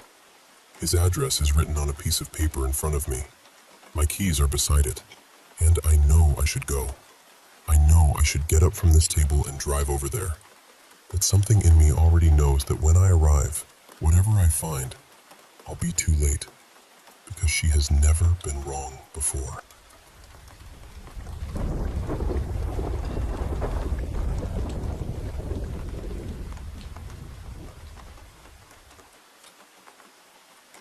I've carried this story with me for most of my life, and honestly, I still don't know what to make of it. It happened a little over 40 years ago, during a summer holiday on the Adriatic coast. I think it was 1987. My family was staying at this seaside resort that belonged to the company where my father worked, so the whole place had a very friendly, familiar feeling. Everyone seemed to know someone. Families ate together, children ran around after dinner, and every evening there was some kind of entertainment for the guests.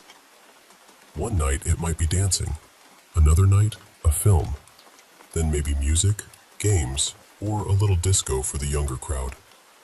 But on one particular evening, the schedule changed at the last minute. Instead of the usual activity, They announced that a magician would be performing. At first, he seemed completely ordinary. He did the sort of tricks you would expect: cups, cards, coins, sponge balls, bottles. Nothing too frightening or dramatic. For us children, it was wonderful. We were leaning forward, laughing, whispering to each other, trying to catch him out.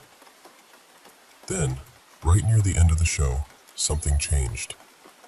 His voice became different, lower, sharper, almost as if he had stopped pretending to be the cheerful entertainer we had been watching. He looked out at the audience and said something like, "That is enough of children's games for tonight. Now I will show you who I really am and what I can really do." The room went quiet. He placed a stack of small blue envelopes on the table. Just ordinary letter envelopes, nothing fancy. You couldn't see through them at all. Then he asked every adult in the room to write their name on one envelope and place their identity card inside it. He said he would read each person's full name, address, and personal identification number through the envelope. Now, the names written on the outside were supposed to be a kind of control, so everyone could see whose envelope he was holding. But he claimed he didn't actually need them. And while he performed this part, he had a folded scarf tied over his eyes. All the envelopes were placed on the table in front of him.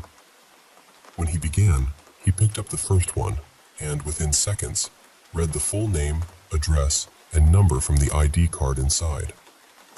Then he did another, perfectly. People laughed at first, but it was a nervous kind of laughter. Then he kept going. One envelope after another. Every detail was right. That was strange enough, but then my father decided to test him. While everyone was writing names and putting their ID cards into the envelopes, my father quietly made an arrangement with a woman sitting on the far side of the restaurant. My father wrote his own name on his envelope, but put her ID card inside. She wrote her name on her envelope, but put my father's ID card inside. So when the magician reached the envelope with my father's name on it, he stopped. He held it up and said, almost amused, "Someone here has tried to trick me." Then he said there was a man's name written on the envelope, but inside was the identity card of a woman. He identified her correctly. And then, without searching through all the envelopes one by one, he reached for the envelope with that woman's name on it. Inside was my father's ID card. He read that one perfectly too. My father was stunned, truly stunned. He was not an easy man to impress, but that night he had no explanation. When the show ended and people began talking all at once, the magician looked directly at me. He didn't smile. He didn't speak. He just stared at me for maybe 10 seconds. I was only a child, but I remember that look very clearly. And even now, after all these years, I still wonder what really happened that night. Was it some brilliant trick? Was there a method none of us could see? Or was it something else entirely? I honestly don't know, but I have never forgotten it.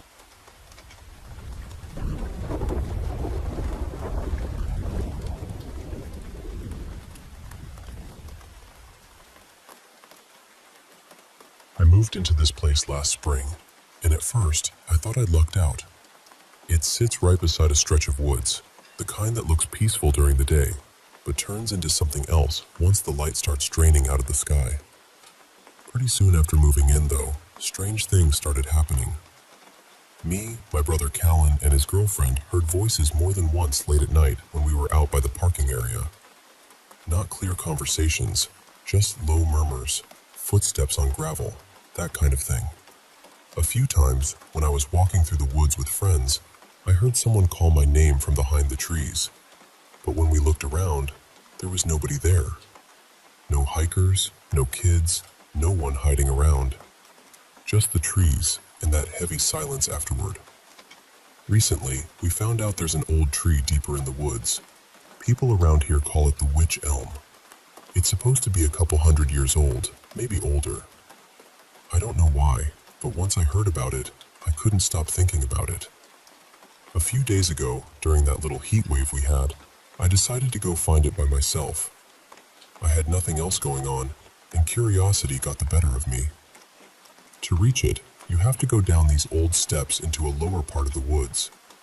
The second I got near those steps, I had this horrible feeling that I was being watched. Not just nerves. It felt focused, like something had noticed me. Still, I kept going. When I finally reached the tree, I understood why people talked about it.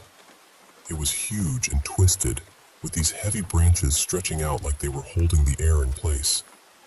Nothing dramatic happened at first, but the whole area felt wrong. Too still, too quiet. I stayed for maybe 5 minutes, then decided I'd had enough. After that, I walked farther along the path and sat on a fallen log while I waited for Callan to finish work. He said he'd come meet me and check the tree out too. While I was sitting there, talking to him on the phone, I suddenly heard this deep, aggressive growl behind me. I turned around straight away, but there was nothing there. The path runs near the back fences of some houses, so I tried to convince myself it was probably a dog in someone's garden. That was the sensible explanation, and I really wanted a sensible explanation. About 40 minutes later, Callan arrived. We went down to the witch elm together, and weirdly, everything felt fine that time. No growling, no pressure, nothing. We were waiting for his girlfriend to join us, but we ended up heading home first because we had a few errands to run. Later, around 8 p.m., we went back. The sun was setting by then, and the woods had that dim, gray-blue look where every shadow seems a little too thick. We parked and started walking toward the tree again. Halfway down the path, we heard screaming somewhere off in the woods. I know that sounds insane, but strange screaming isn't completely unusual there. Still, it put all three of us on edge. When we reached the tree, the whole atmosphere had changed. It felt awful. The same watched feeling came back, only stronger. I wanted to walk closer to the tree, but something in my head was telling me not to. Not a voice exactly, more like a hard warning. So I stayed where I was. Then Callan's girlfriend went quiet and said she'd just heard growling.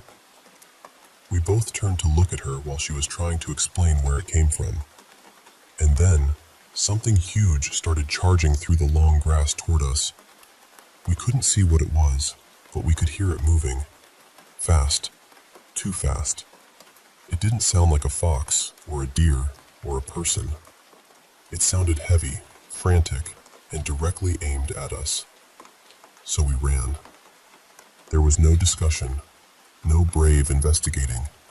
We just bolted back up the path.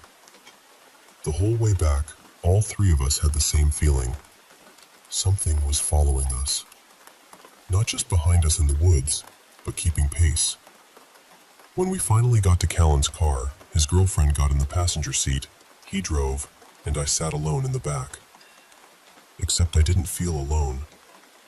The entire ride back, it felt like someone was sitting beside me. I kept glancing over, and of course there was nothing there. But the space next to me felt occupied. Heavy.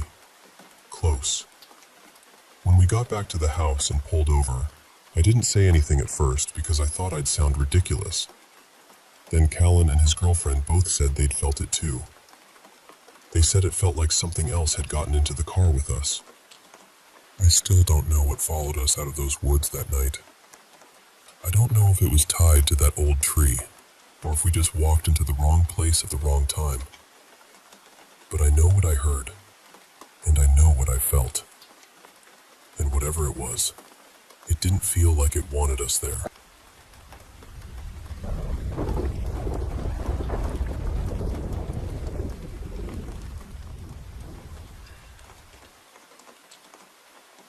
I was just starting to drift off, probably a little after 11:30 at night.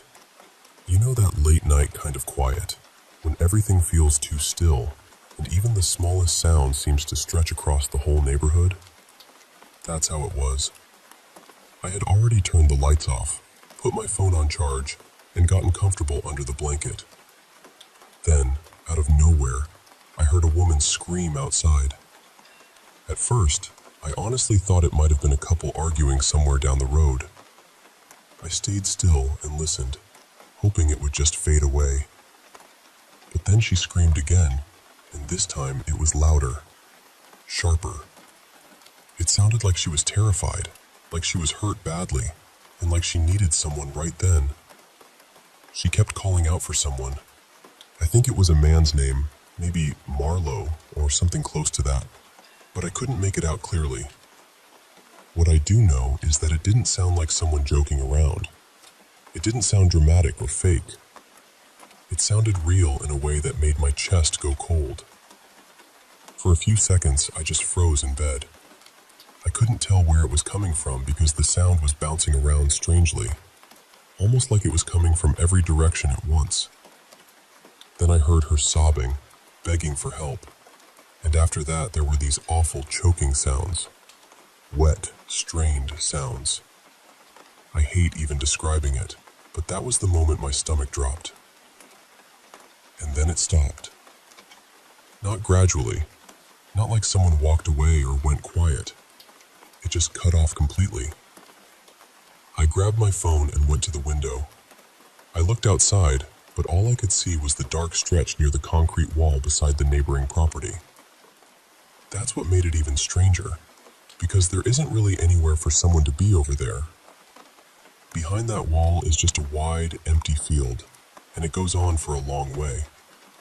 There are a few houses far off, but nothing close enough for the screams to have sounded that clear. No cars passed. No lights came on. No doors opened. Nobody yelled back.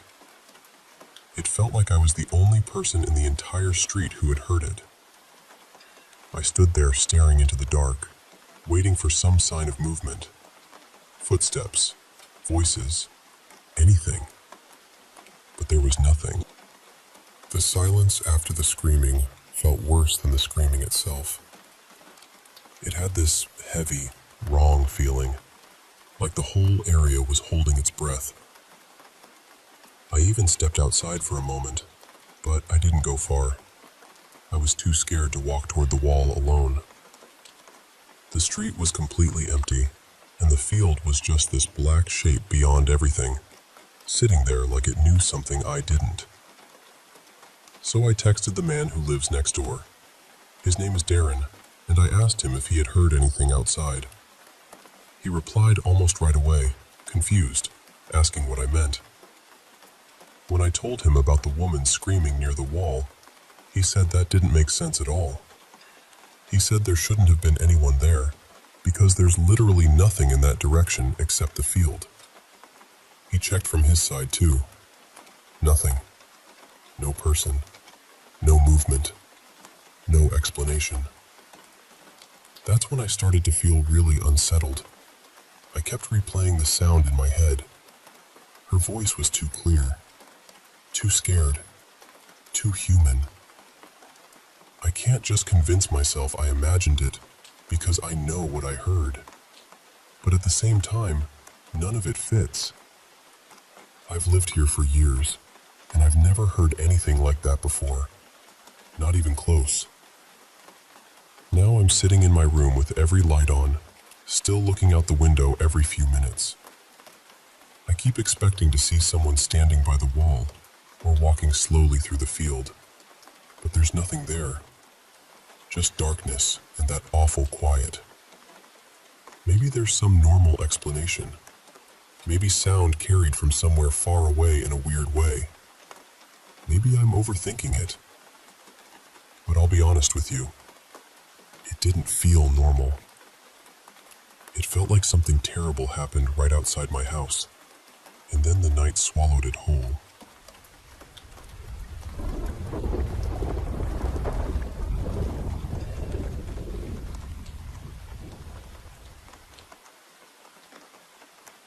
I've been turning something over in my mind, and I want to tell you about it honestly, because I still do not fully understand it myself. You know how people always talk about haunted houses, haunted hotels, haunted old buildings? I keep wondering whether sometimes it is not the place at all, whether a person can be the one carrying it.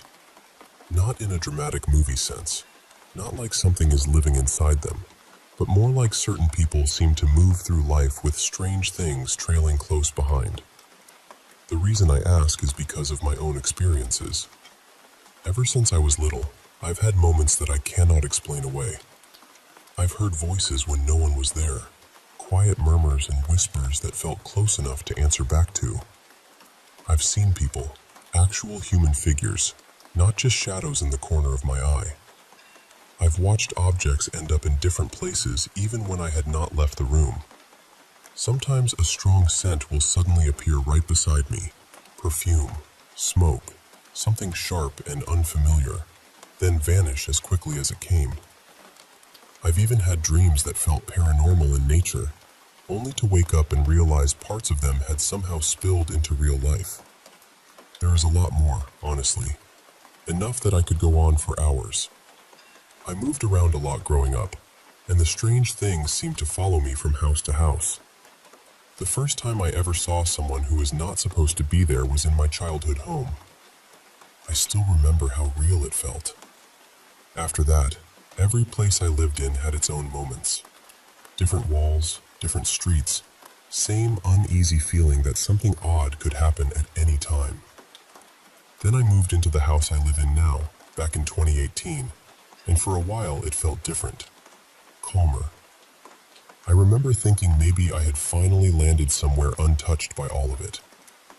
Over the past couple of years, there were still a few little things I could not explain, but nothing like before. Nothing intense. But lately, that has changed. Over the last year especially, it feels like this house has slowly stirred awake. And in the past few weeks, it has become hard to ignore. The activity feels familiar now, almost like I've stepped back into an old pattern I hoped I had outgrown. I used to joke that every home I lived in must be haunted, but when you really stop and think about it, what are the chances of that? This house is not even particularly old. It was built in 2012. Some of the other places I lived were much older, so I used to comfort myself with that old haunted house stereotype. But this place does not fit that story, and still, here we are. That is what keeps pulling me back to the same question. Maybe it is not the houses. I've always loved paranormal stories, probably because they feel weirdly familiar to me. I've read so many accounts from people who say they visited a haunted place and something followed them home. I've also heard from people like my friend Mira, who believes some people are simply more open to this kind of thing, more sensitive, more receptive, whatever word you want to use. Empaths, psychics, intuitives, people who seem to pick up what others do not. So I guess that is what I'm asking you. Do you think some people are haunted in their own way? Do you think certain people carry an energy that draws strange things in? Or do you think there is another explanation entirely? Because after everything I've experienced, I still do not have an answer. I just know that wherever I go, the unexplained seems to find me eventually.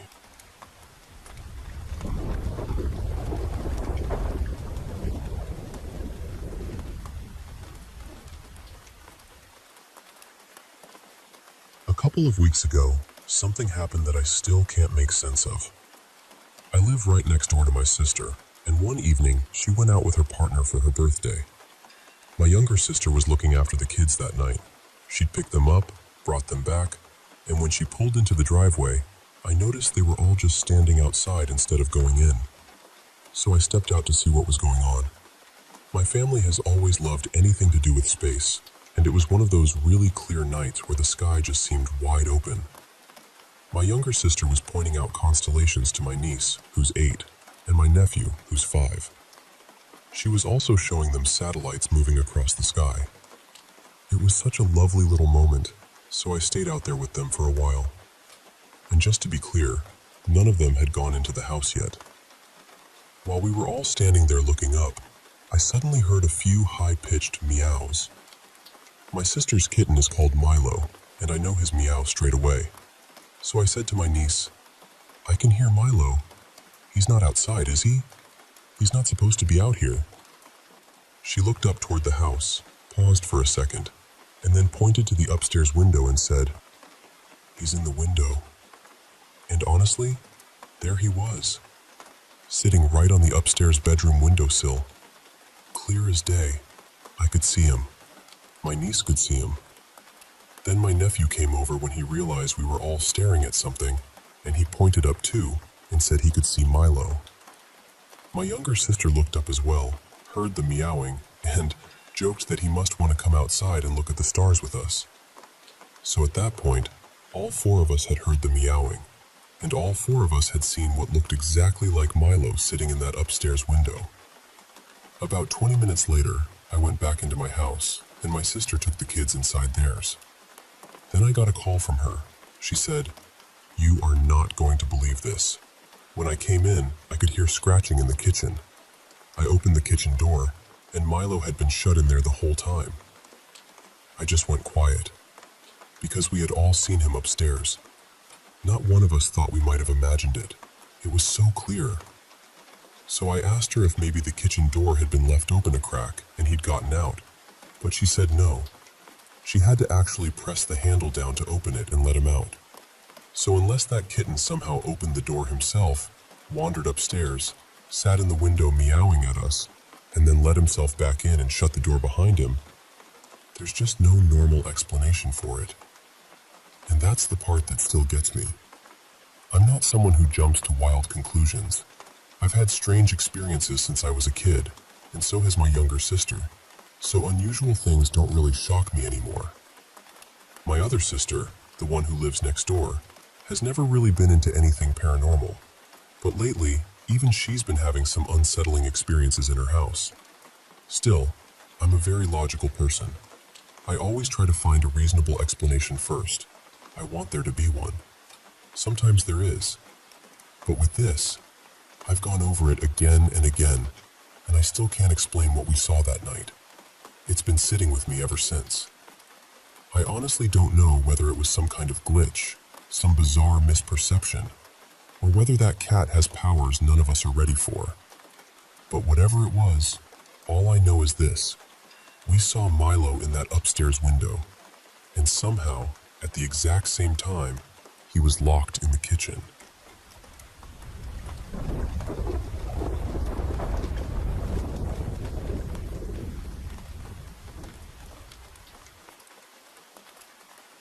I've been carrying a lot lately, and I think that's where this story really starts. You know how sometimes life doesn't just hand you one hard thing? It drops a whole armful of them in your lap at once? That's kind of where I've been. A few weeks ago, my mother-in-law took a bad fall and hurt her back. Then, not long after that, a close friend of my husband and brother-in-law passed away.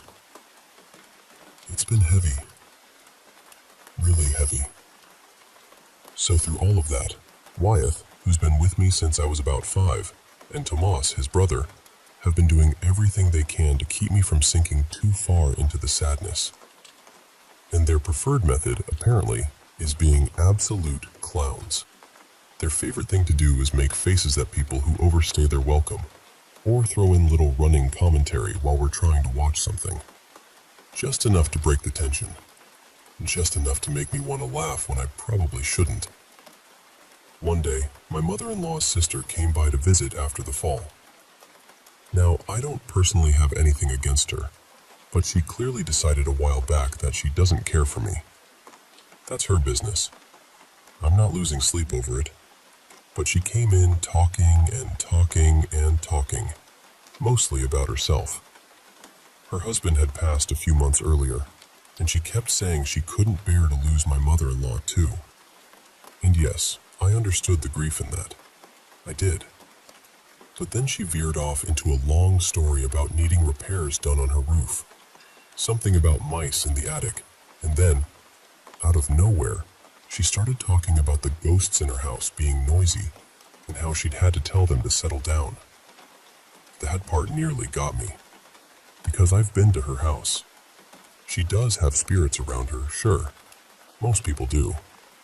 But in her case, most of them are old pets she won't let go of. or pieces of people she just refuses to let rest. So no, it wasn't exactly some haunted house emergency. While she was saying all this, everybody else was trying to stay polite and serious, and there were Wyeth and Tomas standing beside her, pulling faces like children in the back pew of a church. Hand motions, exaggerated expressions, the whole bit, just doing their best to crack me. And somehow I held it together. But then she said she could see and hear ghosts. The second those words left her mouth, Wyeth and Tomas just lost patience completely. They got right up near her, yelling, waving, making a full spectacle of themselves. If she really could see and hear them, she had every opportunity in the world to prove it right there. She never reacted. So, in my opinion, she can't see or hear a thing. And that only confirmed what I already suspected, because if she truly could, then her husband would have had no trouble getting her attention. Instead, he's had to keep trying to reach someone who actually can hear him. And yes, I can. No, I'm not telling her. There are a couple reasons for that. First, after my husband's grandmother died, she and another sister sent my mother-in-law and her sons a cruel letter. I never read it myself, because my husband knows me well enough to worry about exactly how I'd respond. And honestly, that's fair. But I know enough to know it was ugly, and I know my name was in it too. Second, she has gone out of her way to pretend she never knew I'm pagan. She acted shocked when it came up, like it was some alarming new discovery, and tried to make my mother-in-law uneasy about me because of it. Well, Wyeth took that personally, and because Wyeth is exactly who he is, he decided that if she was going to play dumb and act like she never knew, then he was going to start dropping in at her house from time to time and stirring things up a little. Nothing too wild, just enough to rattle the air and keep things interesting. Then Tomas found out why, and naturally, he joined in. And the funniest part is, neither of them has ever been thrown out or driven off. Not by her, not by any spiritual force, not by anything in that house. According to them, she never reacts, not to them, and not even to the spirits that are actually there. So yes, I know it's petty, but I'd be lying to you if I said watching them mess with her doesn't make me laugh.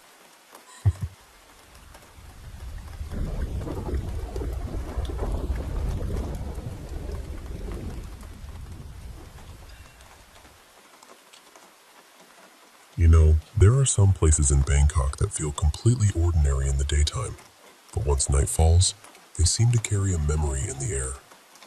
New Phetchaburi Road is one of those places. Let me tell you why. Late on the night of September 24th, 1990, just after 10 o'clock, that road became the center of one of the most horrifying tragedies the city had ever seen. A tanker truck loaded with liquefied petroleum gas lost control near the expressway exit and overturned in the middle of a busy stretch of traffic. In seconds, what had been a normal Bangkok night turned into chaos. A huge amount of gas spilled across the road, and then it caught fire. What happened next was almost beyond imagination. A massive fireball surged through the street, swallowing cars, motorcycles, shop fronts, and apartment buildings. People who had just been sitting in traffic or going about their night were suddenly trapped in an inferno. By the time everything was over, around 80 people had lost their lives. Many more were badly injured, and entire parts of the neighborhood had been burned into ruin. The survivors who witnessed it never forgot what they saw. Some described people stumbling through the flames so badly burned they were barely recognizable. Those images stayed with the city, and honestly, once you hear about them, they stay with you too. But the story didn't end with the fire. Over the years, the disaster became woven into Bangkok's ghost lore, and part of the reason is the place itself. Back in the late 80s and early 90s, that area of New Phetchaburi was full of nightlife. There were bars, clubs, massage parlors, crowded dorms, cheap rented rooms, and all the restless energy of a city that never really slept. In Thai belief, places like that could already feel spiritually heavy, layered with desire, sorrow, exhaustion, and karma. So when so many people died there so suddenly and so violently, people believed something had been left behind. That's where the idea of Pi Tai Hong comes in. These are spirits of people who died unnatural, sudden deaths, especially those who never received proper rites. In Thai folk belief, those spirits don't always move on peacefully. Sometimes they linger. Sometimes they call out. Sometimes they make themselves known in ways you can't quite explain. One place that comes up again and again in these stories is the Bangkok Palace Hotel, not far from where the explosion happened. Officially, there's no proof connecting the hotel itself to the disaster in any supernatural way. But that hasn't stopped the stories. Guests and staff have spoken about footsteps in empty corridors, soft knocking on doors when nobody is there, whispers in quiet rooms, and elevators opening on their own as if someone unseen has just stepped inside. And then there's the darkest version of the tale. People say a man once woke up in his hotel room and found the person beside him no longer looked human, but like a burned body from the fire, while he himself was untouched. Whether that really happened or not, the story spread because it captured the fear people still carried, that the horror of that night had never fully left. In Thai belief, that makes sense.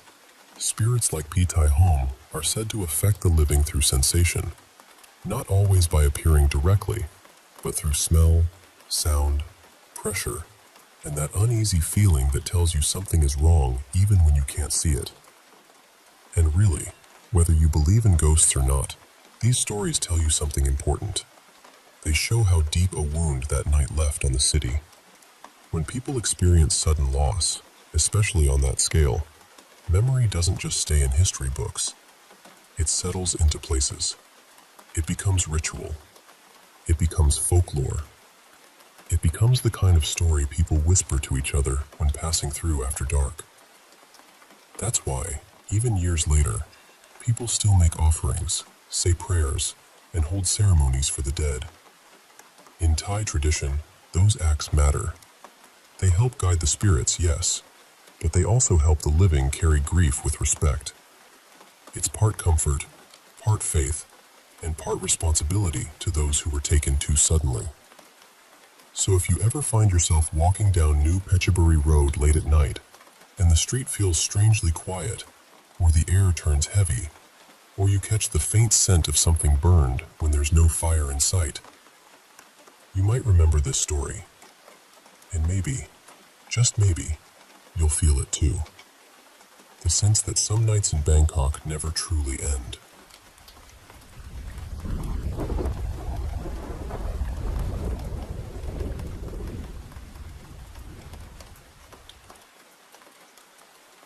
You know, if you walk through Causeway Bay today, it feels like pure motion.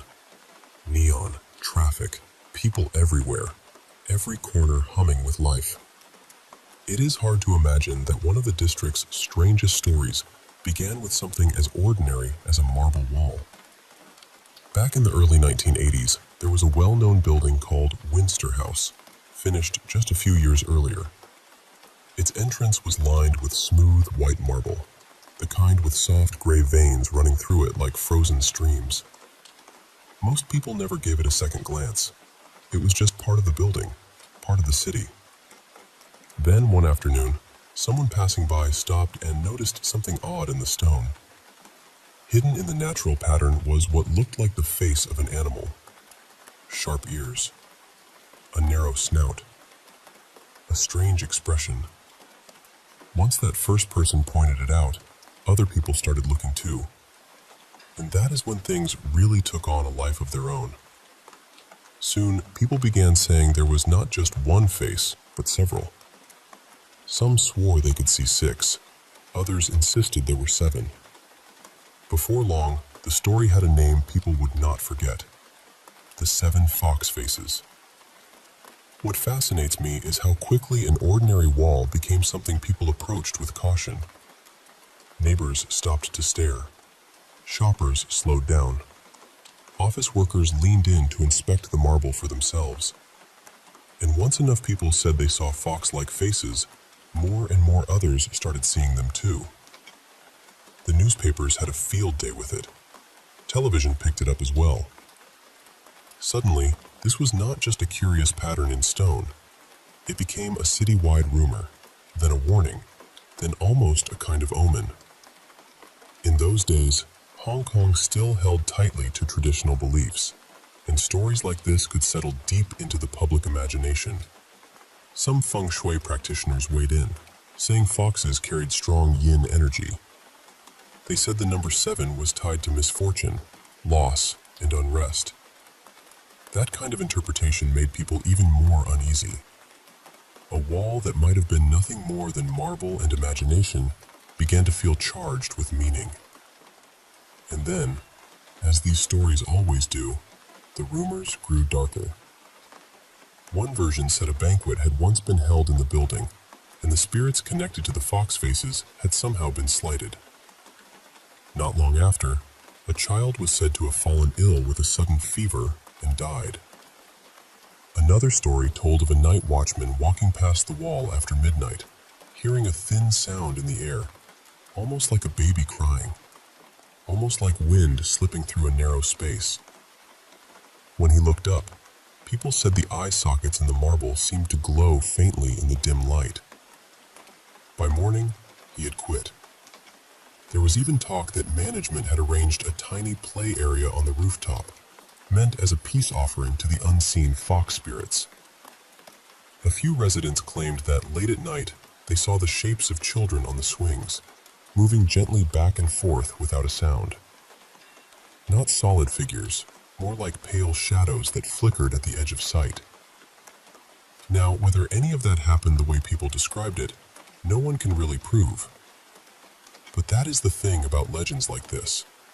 They do not need proof to spread. They only need a crowd, a little fear, and one image people cannot unsee. Eventually, the building management decided enough was enough. Workers came in and removed the marble wall while reporters and curious onlookers watched. People said the cracking sound of the stone breaking apart echoed through the lobby. It felt dramatic, almost ceremonial, like the city was trying to tear the story out at its root. But the story did not disappear. Even after the wall was gone, people kept telling the tale. Years later, the old building was redeveloped, and the place took on a newer, more polished look, with glass and steel replacing the old surfaces. Still, the legend of the 7 fox faces stayed behind, folded into Hong Kong's folklore. And honestly, when you think about it, there is a simple explanation. Our minds are wired to find familiar shapes in randomness, especially faces. It is a psychological effect called pareidolia. Once someone points out a pattern, your brain starts helping you believe it is really there. But I do not think that explanation takes away the power of the story. Because this was never only about marble. It was about a time and a place where superstition, media, and everyday city life all blended together. It was about how fear can gather around something silent and still, until it feels almost alive. So even though the marble wall is long gone, the story lingers. And maybe that is the part that stays with you.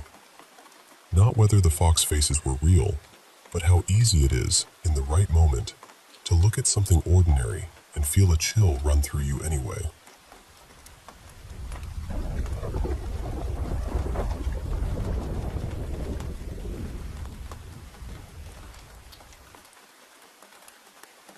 You know, years ago, back through the late 1980s and into the 1990s, a few friends and I used to head down to the entrance at Lake Illawarra, near Windang, for all-night fishing trips. It was a bit of a ritual for us. We'd drive down from our side of town, set ourselves up near the water, throw in a line, crack open a few drinks, and stay out there until dawn. It's a beautiful spot, but it always carried a strange reputation. We'd all grown up hearing the same stories, that the entrance was haunted. Most of us laughed it off. The stories usually came from fishermen, and fishermen have a gift for turning a shadow into a legend. People talked about hearing footsteps in the sand on still nights, even when no one was there. Others swore they'd heard faint voices drifting in from the surf. Some claimed they'd seen a figure moving along the shoreline, and a lot of people described that same feeling, like someone was standing just behind them, watching. At the time, I didn't put much weight on any of it. We were young, half the time we were drinking, sometimes a bit out of it, and not exactly in a state to notice every little thing around us. But even so, I'll be honest with you, there were nights when that feeling of being watched was so strong, it made the hairs on your neck stand up. Then one night, things shifted a bit. A mate of ours had a dog called Buddha. That night, Buddha came along with us, and out of nowhere he started acting up. Not playful, not restless, properly unsettled. He was growling into the scrub behind us, barking hard, pacing, staring into the dark like he could see something we couldn't. He kept it up for hours. We tried to laugh it off and said it was probably rabbits moving through the bushes, because there were always plenty around there. Still, the dog never really calmed down. Over the months after that, we went back plenty of times. Buddha came along on and off and seemed completely normal again, so we stopped thinking much about it. But then came the night I still can't explain. My mate Stevie was fishing, maybe 100 meters or so away from me with Buddha beside him. It was quiet except for the water and the occasional clink of gear, and then I heard the dog start barking in the distance. Not long after that, I saw a torch beam jerking wildly through the dark. At first it was sweeping across the area like Stevie was searching for something. Then suddenly the light fixed in my direction and started bouncing fast, getting brighter and brighter. It was Stevie, sprinting flat out toward me. I'd never seen him like that. He was terrified, properly terrified. When he finally reached us, he said he'd seen a figure nearby. He described it as moving in a strange way, hunched over, like it was bending down to pick something up. Then, just like that, it vanished. Gone. No sound, no footsteps, nothing. Just there 1 second and not there the next. Another mate, Daz, and I didn't believe him. We thought he'd spooked himself in the dark, maybe seen someone real and panicked, maybe imagined the rest. But Stevie swore black and blue that what he saw wasn't normal. He said he'd never go back there again, and he never did. That was probably the point where I stopped laughing at the stories. After that, I started digging into the history of the area, and what I found only made things darker. There had been terrible events tied to that place. Reports of a human skull being found. A heartbreaking case involving a mother and her baby. Another story about a body discovered without its head. Real tragedies. Real grief. And once you know those things happened, it changes the way you stand there in the dark listening to the surf. So I keep coming back to the same question. Are these sightings just stories people pass around because the place already feels heavy? Are they born from fear? From local legend? From too many late nights and too much imagination? Or is something else there? Something tied to the sorrow that seems to cling to that stretch of water and sand? I can't tell you for certain what Stevie saw. I can't tell you what that couple saw either. But I can tell you this. Out at the entrance, in the quiet, when the wind drops and the sea goes low and restless, you can feel something. And once you've felt it for yourself, it's very hard to brush it off as nothing.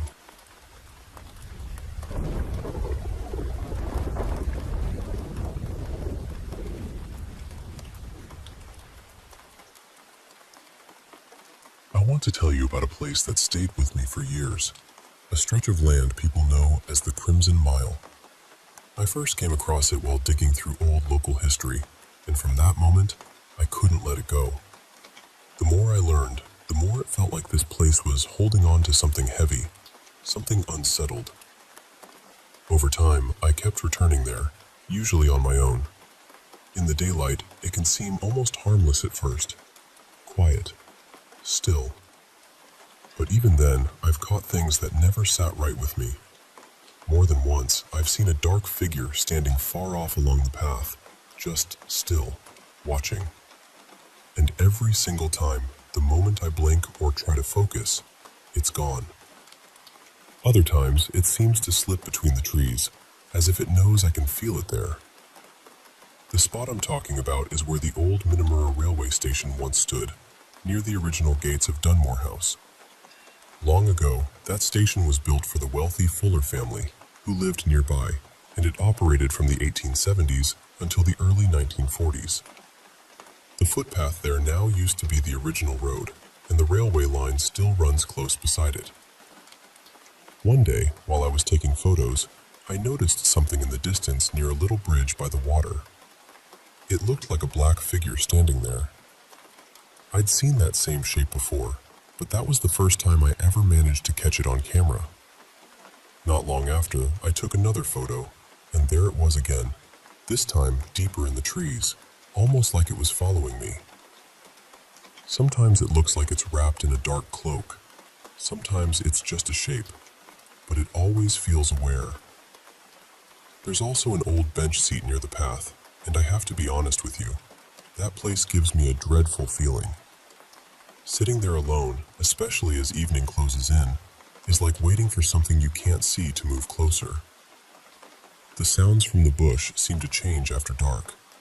Every creak, every rustle starts to feel personal. What makes it worse is the history tied to that exact area. So many people lost their lives near the gates of Dunmore House and the old station. There were suicides, fatal accidents, gruesome discoveries, and sudden deaths stretching across decades. Even after the station was abandoned and moved farther south, and even after the gates were relocated to make way for the newer road, tragedy seemed to keep finding that same ground. One story that never left me was about a family driving home from a holiday along the south coast. Just past the bridge near the gates, their car struck the back of a truck carrying protruding logs. The mother was killed instantly in a horrifying way, right in front of her husband and children. And as if that wasn't cruel enough, more heartbreak followed that family in the years after. It's one of those stories that clings to the air when you stand there. Then there are the stranger accounts. People have long claimed they heard a baby crying in the middle of the night along that road. I used to dismiss that, until I uncovered an older tragedy from 1916. A woman named Mrs. Lambert was riding home in a horse and buggy when it jolted violently near the gates. She was thrown clear, but the baby in her arms was flung onto the roadside and killed. After learning that, those stories didn't sound so easy to laugh off anymore. And it isn't only the dark figure. Some people, myself included, have sensed something else there, something shapeless, almost like a drifting black mass. Not always fully seen, more felt than anything. It leaves you drained, dizzy, strangely hollow, as though the place itself is pulling energy straight out of you. So when I walk that path now, camera in hand, I don't just feel like I'm exploring local history. I feel like I'm stepping into a place where the past never really settled. A place that still watches, still remembers. And honestly, once you know what happened there, you start to wonder what else is still waiting in the dark.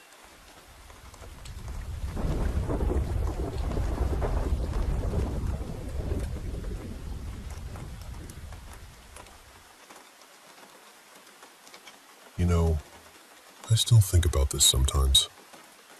It all happened during the summer of 2022, when I'd completely flipped my sleep schedule. Since school was out, I was up all night and sleeping half the day like a full-time creature of darkness.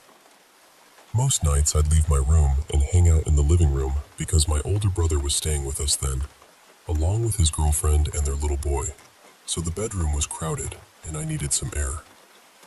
At first, it was small stuff. Strange stuff, but small. We had these dark fluorescent grow lights for my mom's plants, and at night, those lights would start flickering. The kitchen light would do it too. Sometimes they'd dim, sometimes they'd cut off, sometimes they just refused to come back on right away. And sure, you can explain that away. Old house, old wiring, whatever. Then my nephew's toys started going off on their own. And I don't mean one toy making a little random sound once. I mean toys making noise when nobody was touching them, sometimes when they weren't even switched on. Still, even then, I tried to stay reasonable. I told myself there had to be some normal explanation. Batteries, faulty wiring, coincidence. All of that mostly happened at night too, usually somewhere between 8 p.m. and 5 in the morning. But then came the moment that really settled it in my mind. It was early June, around 3:56 in the morning. I got up to use the bathroom while everybody else was asleep. My mom, my little sister, my older brother, his girlfriend, and my nephew. Now, there are two things that matter here. First, the floors in that old house were ridiculously creaky.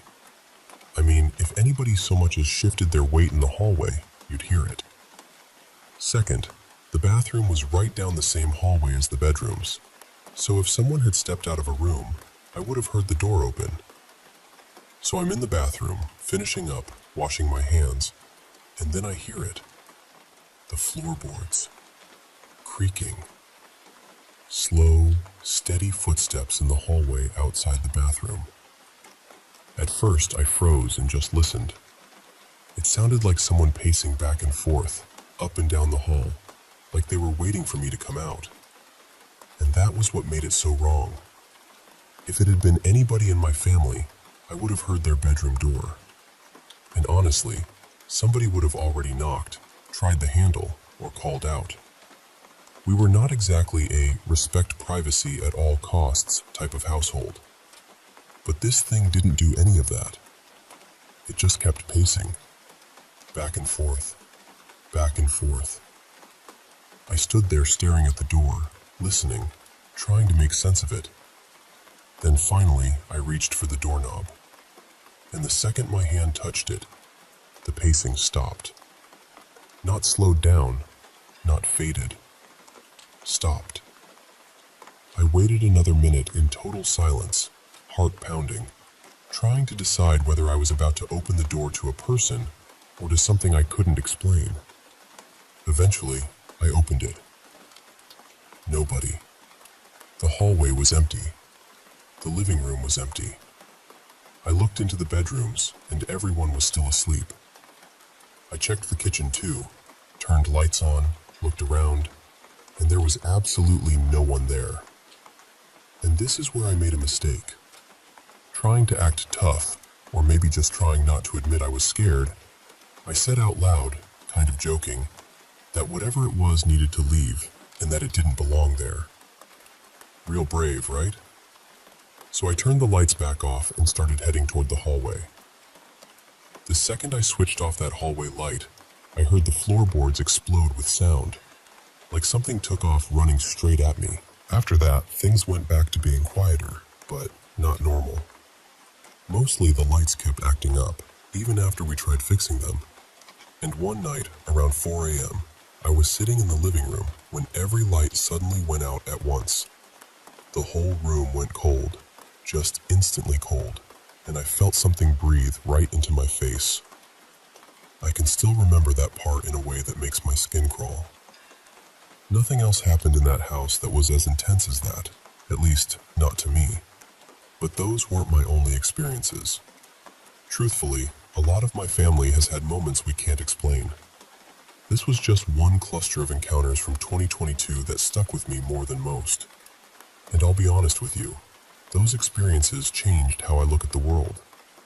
I'm not especially religious, and I still think skepticism matters. I think you should question things. You should look for the logical answer first. But after nights like that, I just can't completely dismiss things people call impossible. To me, it feels less like that can't exist, and more like maybe most of us are just lucky enough not to cross paths with it. Anyway, that's the story. And if you've ever had something happen that you still can't explain, trust me, I'd believe you enough to listen.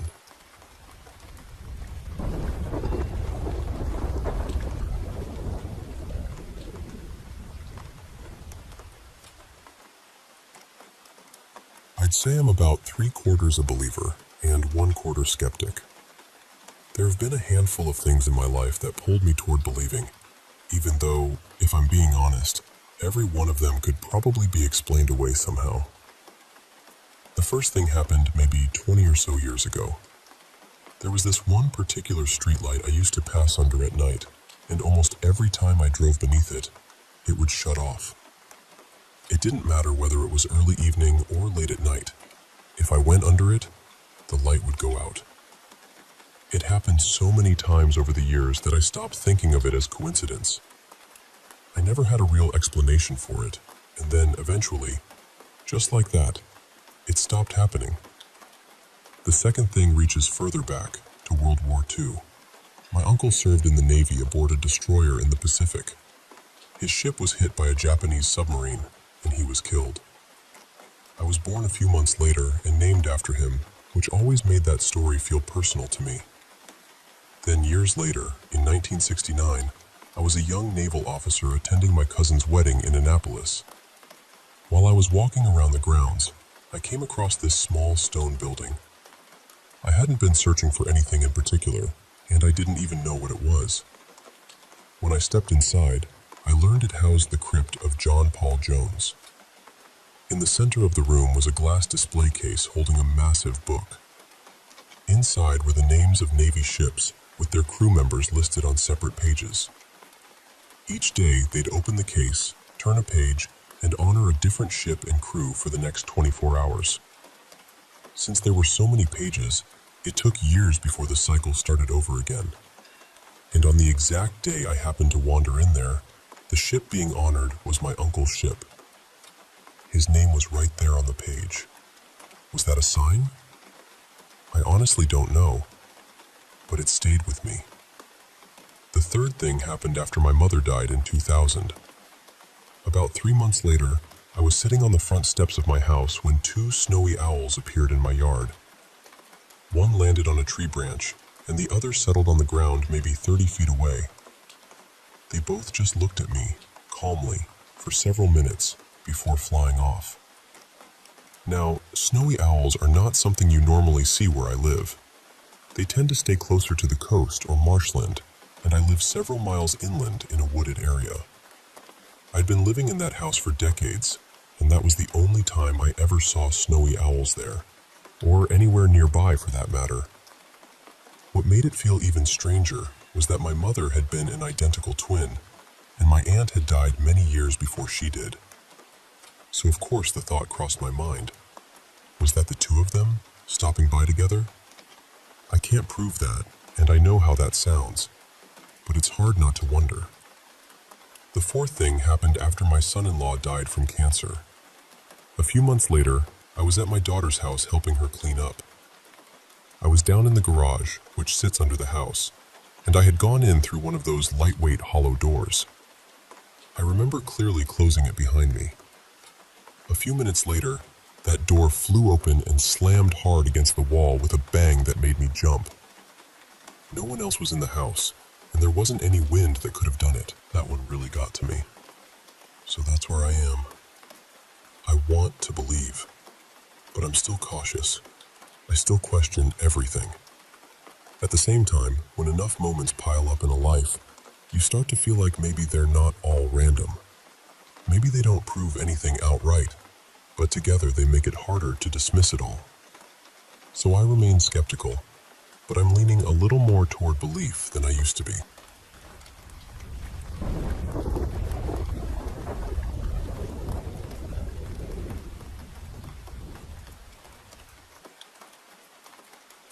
You know, I grew up hearing this story from my grandmother when I was little, back in a quiet town in Colombia.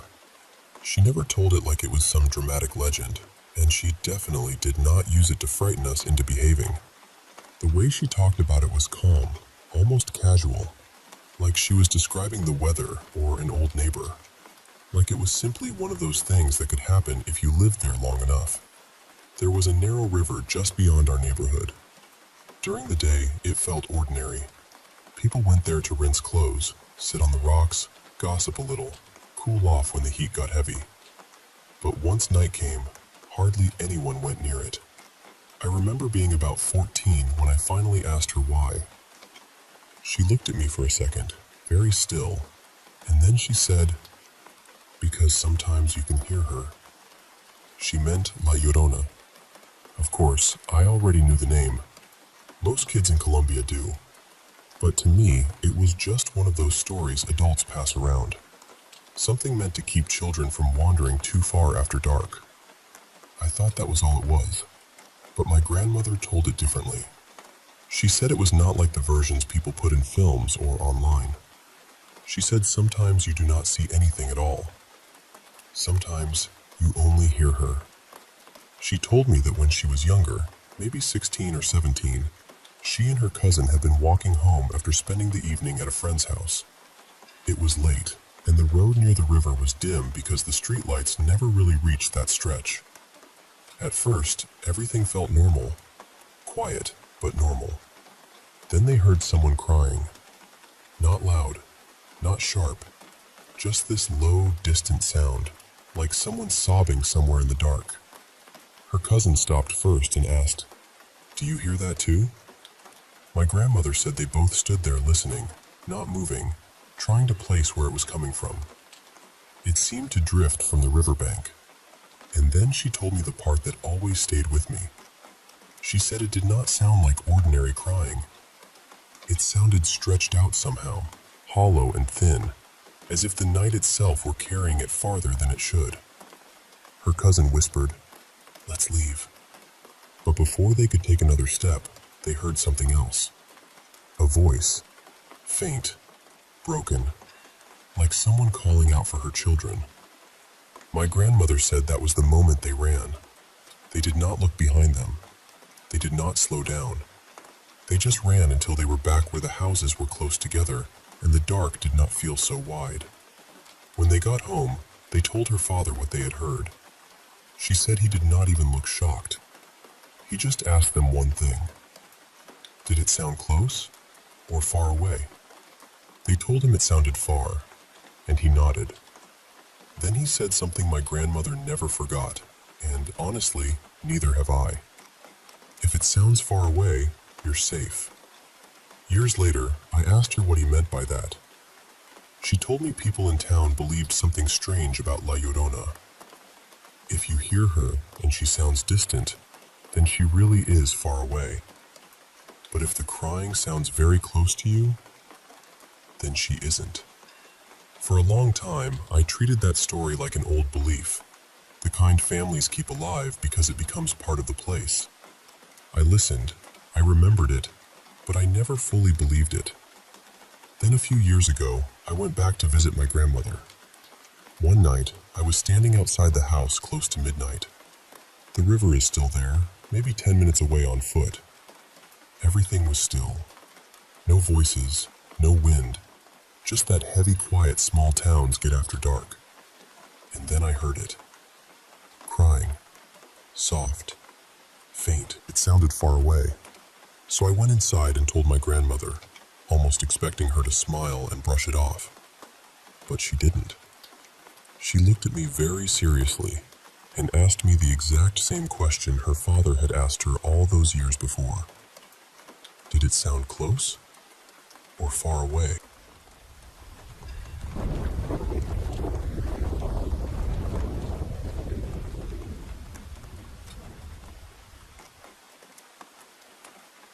I want to tell you something that changed me completely. For most of my life, I didn't believe in anything paranormal. I used to call myself an atheist, and I brushed off stories about ghosts, spirits, or strange encounters as fear, superstition, or people letting their imagination run wild. That was who I was. Until one night when I was 16. I was asleep in my room, alone, like any normal night. I had drifted off lying partly on my side, with my body turned awkwardly toward the ceiling. Then I suddenly woke up. The moment my eyes opened, I saw someone standing in my room. He was near the foot of my bed, off to my right side, just standing there and staring directly at me. My room was this figure that's the part I can never explain. It was like his shape swallowed up what little light was there. I could clearly make out a tall silhouette, and what stood out most was that he was wearing a hat. I know how ridiculous that sounds when you say it out loud. People hear that part and either laugh or stop taking you seriously. But that's exactly what I saw. He was very tall, somewhere around 6.5 feet, maybe even taller. And his eyes. I remember his eyes most of all. They weren't red. They were this cold, unnatural blue, fixed right on me. I tried to move. I tried to yell. Nothing happened. I was completely paralyzed. My body wouldn't respond, and my head was stuck facing his direction, like I was forced to keep looking at him. I can't even put into words how intense the panic was. Inside, I was spiraling. I was in a way I had never experienced before. But at the same time, something else rose up in me too. Anger. I remember thinking, almost screaming in my own mind, trying to fight back, cursing at him in my head, wanting to attack him, wanting him gone. But he never moved. He just stood there, watching me, like he knew exactly how afraid I was. After what felt like forever, I shut my eyes because I couldn't stand looking at him anymore. I was that scared. And that was the moment I started praying to Jesus. I hadn't been someone who prayed much before that, but in that moment it came out of me naturally, like it was the only thing I had left. Then everything went blank. The next thing I remember, I woke up again. This time I could move. I could speak. It felt like I had blacked out or passed out from fear after closing my eyes. I sat there crying, to my core. I had never seen anything like that before, never felt that kind of helplessness. Afterward, I tried to be rational about it. I told myself it had to be a nightmare. That's what any reasonable person would do, right? I kept trying to explain it away.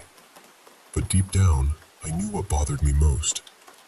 I didn't feel like I had been dreaming. I felt awake, fully awake.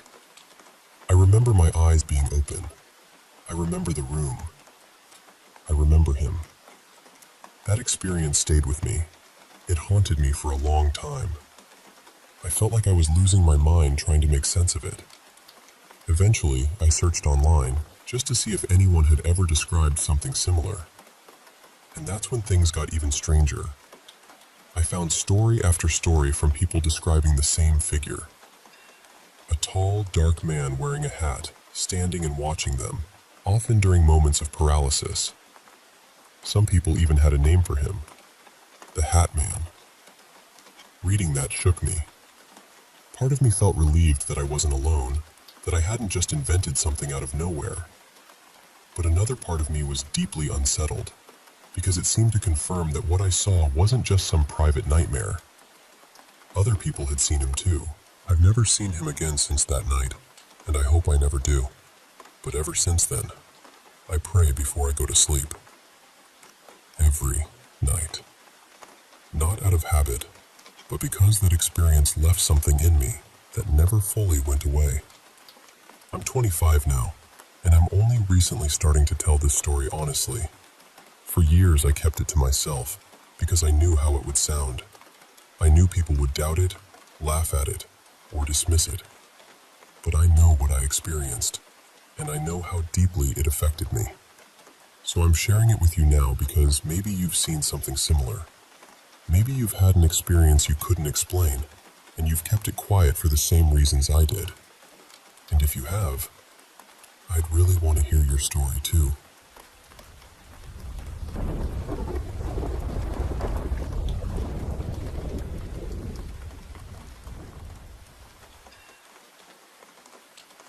Let me tell you about something that happened when I was a kid.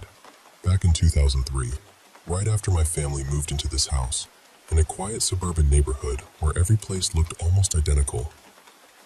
The house itself wasn't especially old. maybe 15 or 20 years at most. Nothing with some grand haunted history attached to it. And honestly, at the time, it just felt like another house. We only lived there for less than a year before my parents separated and we moved again. What I remember most from those first months is that we had this little family routine. We'd all sit down together and watch American Idol. That probably sounds small, but for us, doing anything all together like that was actually kind of rare, so I really looked forward to it. My dad was rooting hard for Clay.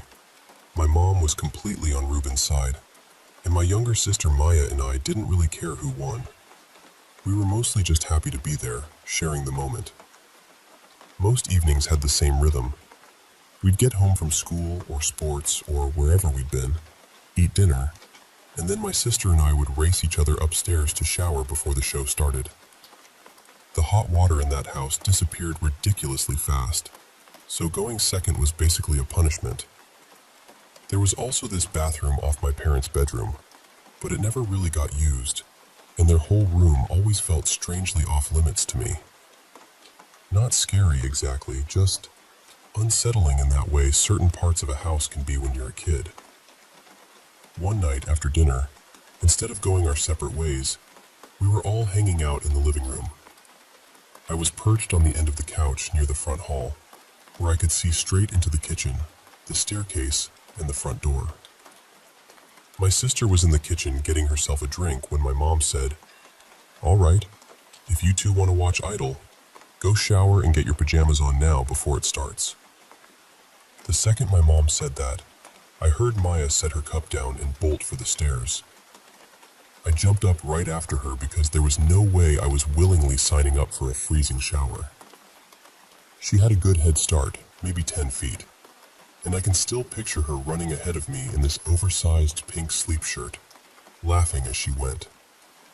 You know that kind of half-laugh, half-scream little sisters do when they know they're being chased? That's exactly what it was. She scrambled up the stairs on all fours like kids do, and I reached out and grabbed at her ankle, just playing around, trying to slow her down enough to beat her to the bathroom. I felt her leg. I remember that part so clearly. She slipped away and kept going. By the time we got to the top of the stairs, I already knew she was probably going to win, but I still chased her down the hallway because of course I did. I was 11. There was no universe where I was going to just give up politely. She got to the bathroom first. I swung myself around the banister and made one last desperate lunge toward the door just as she ran in. And right away, something felt wrong. She didn't turn the light on. She didn't slam the door shut either, which is exactly what she would have done if she'd beaten me there. So I stopped for a second and thought maybe she was hiding just inside, waiting to scare me. I got quiet, trying to turn it around on her, and then I jumped into the dark bathroom and shouted, "Boo!" But she wasn't there. I turned back, convinced I had to be missing something. And then, while I was standing there trying to make sense of it, my mom called upstairs asking whether I was going to shower or not, because Maya didn't want to miss the beginning of the episode. I stepped down a couple of stairs until I could see the living room. And there she was, sitting on the floor in front of the TV like she'd been there the whole time. I didn't say anything. I just took my shower and went on with the night like nothing had happened. Even then, I think some part of me just refused to deal with it. But I've never forgotten it. What sticks with me most isn't just the image of her running ahead of me. It's the physical feeling of it. Grabbing her ankle, hearing her laugh. The whole thing felt completely real, solid, ordinary. Until suddenly, it wasn't. Now, years later, I still go back and forth about it. Maybe it was some incredibly vivid childhood dream that got tangled up with real memories. Maybe it was a hallucination. Maybe my brain stitched together pieces of different nights and turned them into one story. Honestly, that's probably the most reasonable explanation. But even now, With all my skepticism, it still feels real to me in a way that's hard to explain. The strange part is, I don't remember being scared. Not then. Just confused. Deeply, weirdly disoriented. Like reality had skipped for half a second, and I was the only one who noticed. Looking back on it now, that memory still sends a chill up the back of my neck. And I still can't fully explain why.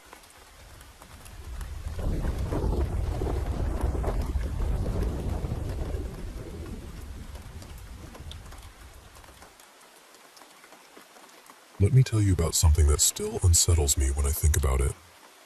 In late 2024, two of my closest friends were getting married, and because I was in the wedding party, I helped plan a shared bachelorette trip for them. We decided to spend the weekend near a Connecticut aquarium that meant a lot to them, since it was close to where they'd gotten engaged. There were 7 of us altogether, me and my partner, the 2 brides, their 2 maids of honor, and 1 more close friend. Because everyone was driving in from different places, I rented this beautiful old house near the water. It had a wide porch, a couple of big bathrooms, and that cozy mix of historic charm with modern updates. I'm not going to share where it was, just out of respect for the owner. The first day was honestly perfect. We took pictures outside by the river, wandered through shops, had dinner at this wonderful little Italian place, and ended the night back at the house playing party games and laughing ourselves silly. Everybody eventually drifted off to bed. The brides took 1 room upstairs. The maids of honor shared the room across from them. My partner and I stayed in the downstairs bedroom, and our other friend slept on a futon in the enclosed porch. The strange part started the next morning. I'd slept deeply, which almost never happens for me. I'm usually the kind of person who wakes up at every little sound, even in my own home. The brides seemed totally normal too, but the other 4 people in our group looked off. Quiet, drained, uneasy. At first I thought maybe it was just from the night before, except that didn't really fit. One of them hadn't been drinking at all, and my partner never overdoes it. Something else was clearly wrong. Nobody wanted to say it out loud. Not at first. The brides went upstairs after breakfast, and once they were out of earshot, I pulled the others together and said, basically, "Please, just tell me what happened." I knew they didn't want to ruin the trip, but we needed to be honest with each other. One of the maids of honor finally spoke up. She said she'd fallen asleep easily enough, but all night she'd had these awful dreams. In one of them, she was sitting at the kitchen island, and from there, she could see the doorway to the pantry. She said there were children there, peeking around the frame and watching her. One of them was an older boy, maybe around 10, pale, with dark hair cut short around his face. The others were younger, around 6 or 7, a boy and a girl. What terrified her most was their eyes. Not dark eyes. Completely black eyes. She said they never threatened her, never came toward her, never said a word, but she knew in the dream that they weren't living children. She felt certain they were dead, and that they had been dead for a very long time.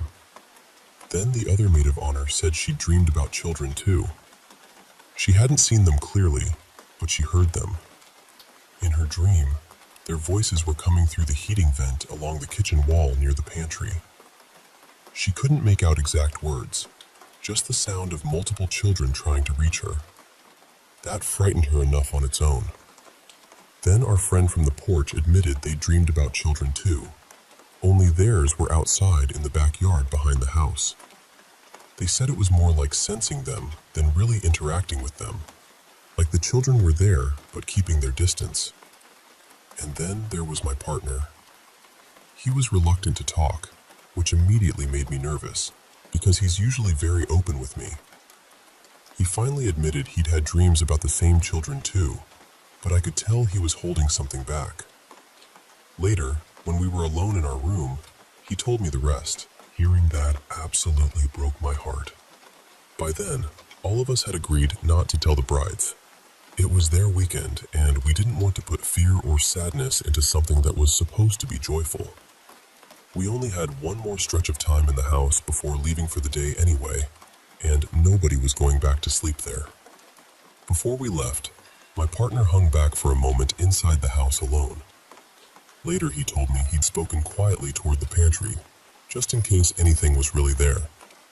He told the children they didn't have to stay, that whoever had hurt them couldn't control them anymore, that they could leave. We never experienced anything else after that. We left later that afternoon and didn't spend another night there. Since then, I've looked into old cases in that part of Connecticut. I've found stories about missing children, murdered children, tragedies that make your stomach drop. But I've never found anything that matches exactly what everyone described. Not 3 children together, not connected clearly to that house, not anything solid enough to explain what happened. And honestly, that leaves me with the part that scares me most. Maybe those children were real, and somehow 4 people brushed up against the same piece of pain in that house. But if they weren't real, if no such crime ever happened there, then what was it that reached into all those dreams and told the same story in almost the same way? What could create something that consistent, that vivid, across that many people at once? That's the question I still can't shake.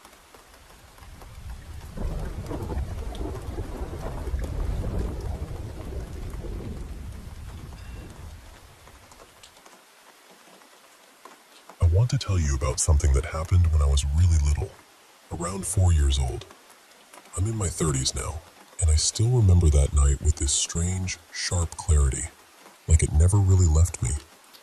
There were a lot of unsettling things that happened in that house, but this was the moment that cracked everything open. Before I get into it, you need a little background. My family had deep roots in a tiny town in southeast Kansas. We're talking generations. My mom grew up there, moved away as a teenager with her mother, and then her whole life got ripped apart in a terrible car accident. She was the only one who survived. After weeks in a coma, she woke up to lawsuits, grief, and eventually a settlement. Not long after that, her father brought her back to that same small Kansas town. She was still so young. She went back to high school, met my dad, got pregnant with me, and by 17 she was married and trying to build a life. My parents bounced between rentals for a while, always ending up in cramped, run-down places. So when my mom had the chance to buy a home, she took it. That's how we ended up in that house. It was a huge, old 2-story place across from the high school. The kind of house people always had stories about, even if they'd never set foot inside. Built way back in the 1800s, full of age and history and that kind of silence old houses seem to carry in their walls. My mom thought it was beautiful the first time she saw it, and honestly, I understand why.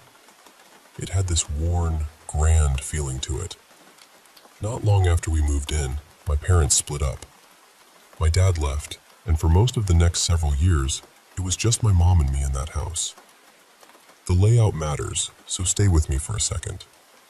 When you came through the front door, there was this big staircase right in the center. To the left was a small sitting room. To the right, a larger living space with a wide opening where double doors had probably once been. Under the stairs was the bathroom, and toward the back of the house was the kitchen and laundry area, which felt like it had once been a porch that somebody enclosed. Upstairs was stranger. The stairs came up near the back of the house. To the right at the top was my room. To the left was a long hallway. My mom's room sat off the middle of that hall, and at the very end was this room we called the balcony room. Now the first big thing happened on a chilly autumn night in 1995.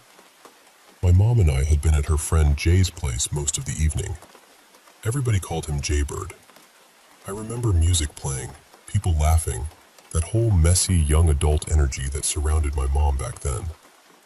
She was only in her early 20s, still trying to outrun a lot of pain, and I got dragged along for all of it. Still, as a little kid, I liked being around grown-ups who were in good moods. They were kind to me. It felt lively. It felt safe enough. Anyway, sometime around 2 in the morning, maybe later, we headed home. We pulled into the driveway by the garage, which sat a little ways behind the house. From there, you could see the upstairs windows glowing through thin curtains. Our bedroom lights were on, just like we'd left them. Nothing looked wrong. Nothing felt off. We walked in through the back door into the laundry room, then into the kitchen. The light from the front living room was spilling faintly through the house. And then we heard it. Footsteps. Heavy ones. Thud, thud, thud, thud. Not outside, not next door. Inside the house. My mom froze. I froze. We moved toward the living room and listened harder. She called out, "Hello?" Nothing. Just footsteps. My mom called again, louder this time. "Who's up there?" No answer. The footsteps got harder, heavier. They weren't just steps anymore. They were stomps. In an old house, you don't just hear something like that. You feel it. The floor itself carried it down into your legs. Then my mom shouted one last time, and suddenly the stomping stopped. Just stopped. For half a breath, everything was still. Then whatever was upstairs started coming toward us. I felt it move down the hallway, then onto the staircase. Fast. Stomp, stomp, stomp. Closer and closer, pounding down those stairs like someone was about to burst into view. My mom and I were just rooted there, staring into the darkness, waiting for somebody, anybody, to appear. The stomping came all the way down to the bottom step, and there was nothing there. Nothing. I still remember the shape of that emptiness, that awful empty space where someone should have been. Then the stomping turned and ran back up the stairs, around the landing, and down the hall again. That snapped my mom out of it. She grabbed me, ran out the back door, and carried me to the car so fast I could barely breathe. We drove straight back to Jaybird's place. When my mom told him what happened, he didn't believe her. He thought someone was messing with us. But she begged him to come back and see for himself, so he did. This time we parked in front and went through the front door. The second we stepped inside and reached the foot of the stairs, we heard it again. The same stomping. Jaybird tried to explain it away. Said somebody must have climbed in through a window, that maybe there was a ladder outside. So we all went around the house checking. There was no ladder, no broken window, no sign anyone had gotten in. We went back inside, and once again the stomping came down the stairs, all the way to the bottom, stopping right in front of us where nothing stood. That was enough for him. He ushered us out and told us we were staying at his place for the night. The next morning we came back in daylight. Sunlight filled the upstairs hallway, and everything looked completely normal. Nothing had been moved. No signs of a break-in. No explanation waiting for us in the morning. After that, Jaybird didn't come around much. My mom and I talked about that night for a little while, but not for long.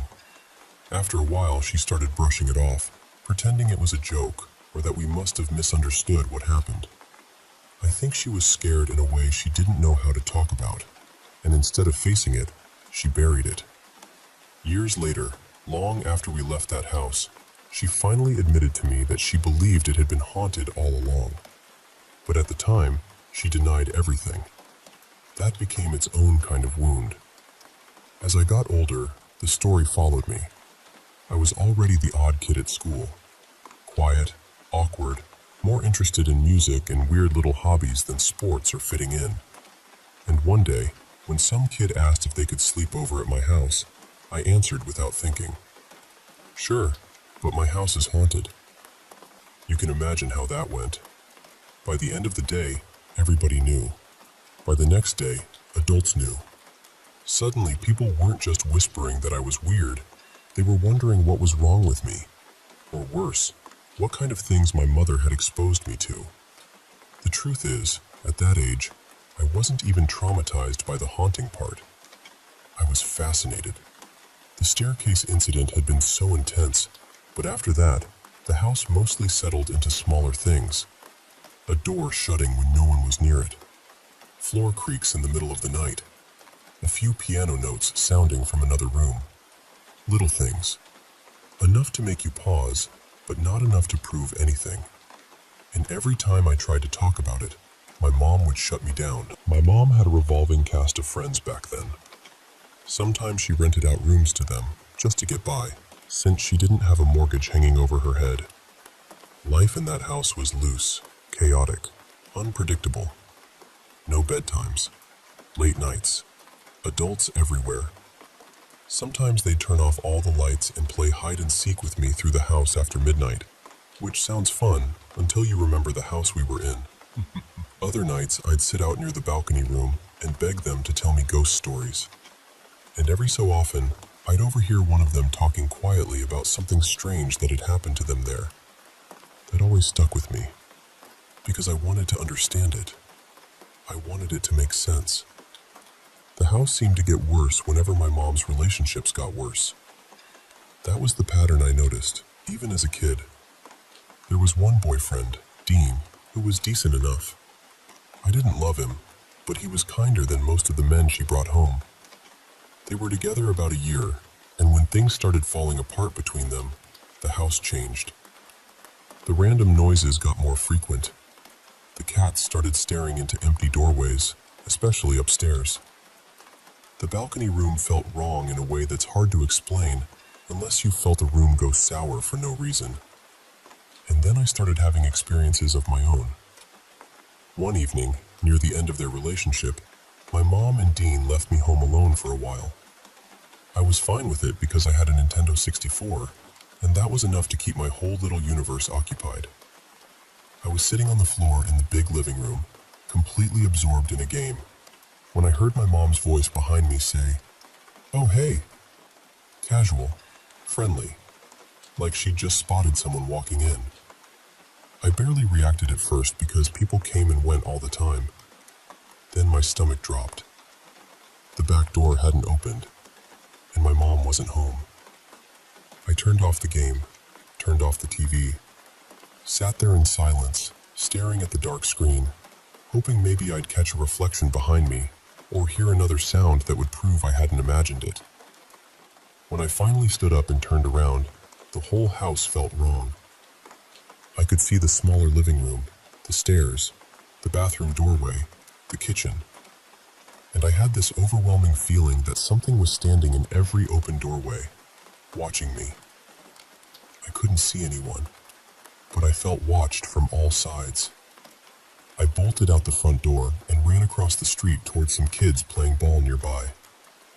I begged one older boy to come back with me because I was convinced someone was inside the house. He did. We went room to room. The doors were open. Hot summer air was blowing through the house. Everything looked normal, but that feeling was still there. We were not alone. At least that's what it felt like to me. Halfway through searching upstairs, my mom and Dean came back. I told them what happened, and instead of comforting me, my mom got angry. She thanked the boy, sent him away, and scolded me for bringing a stranger into the house. A couple of days later, something happened that finally scared me for real. I'd moved my game console into my mom's room because it felt smaller, safer, easier to keep an eye on. I was sitting there playing while my mom and Dean were gone again, trying to relax. I had snacks, cold air blowing from the window unit, the TV humming in front of me.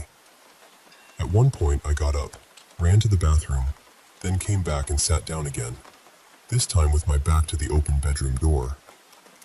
A little while later, I felt a finger touch my back. Not a brush, not fabric shifting, a finger. It touched just below my shoulder blade and caught my shirt slightly as it slid away. I knew exactly what I felt. I ran. When I came back from a weekend away, the whole house felt different, heavier, darker somehow, even in daylight. The air itself felt thick. That night I slept in my mom's bed. Moonlight was pouring through the room, bright enough that I could make out nearly everything. My mom was already asleep beside me, and I was lying there facing the open bedroom door. Then I heard the first stair creak. That sound was unmistakable. Somebody was coming up the stairs. Because of the angle from the bed, I could see into part of the hallway and over toward the staircase. At first I felt relieved, because the figure coming up looked like a man. Tall, thin. For one hopeful second, I thought Dean had come back. But as it reached the top of the stairs, I realized that wasn't a man.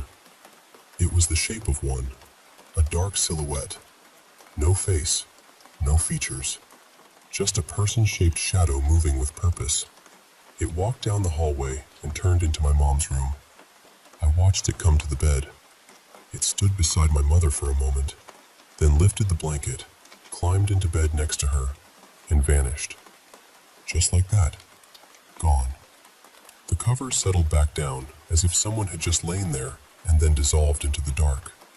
I did not sleep the rest of that night. I lay there, frozen, staring into the room until sunrise. And the next morning, when I told my mom, she denied it again. That house never really got better after that. My mom moved on to someone new, and the uglier life got inside those walls, the uglier the atmosphere in the house became. It felt like the place fed on tension, on cruelty, on fear. Things got worse between my mom and the man she was with, and the activity got worse too. By then I understood something I hadn't been able to put into words before. It wasn't just that the house was haunted. It was that the house seemed to wake up when our lives were falling apart. And once it woke up, it never really let us forget it was there.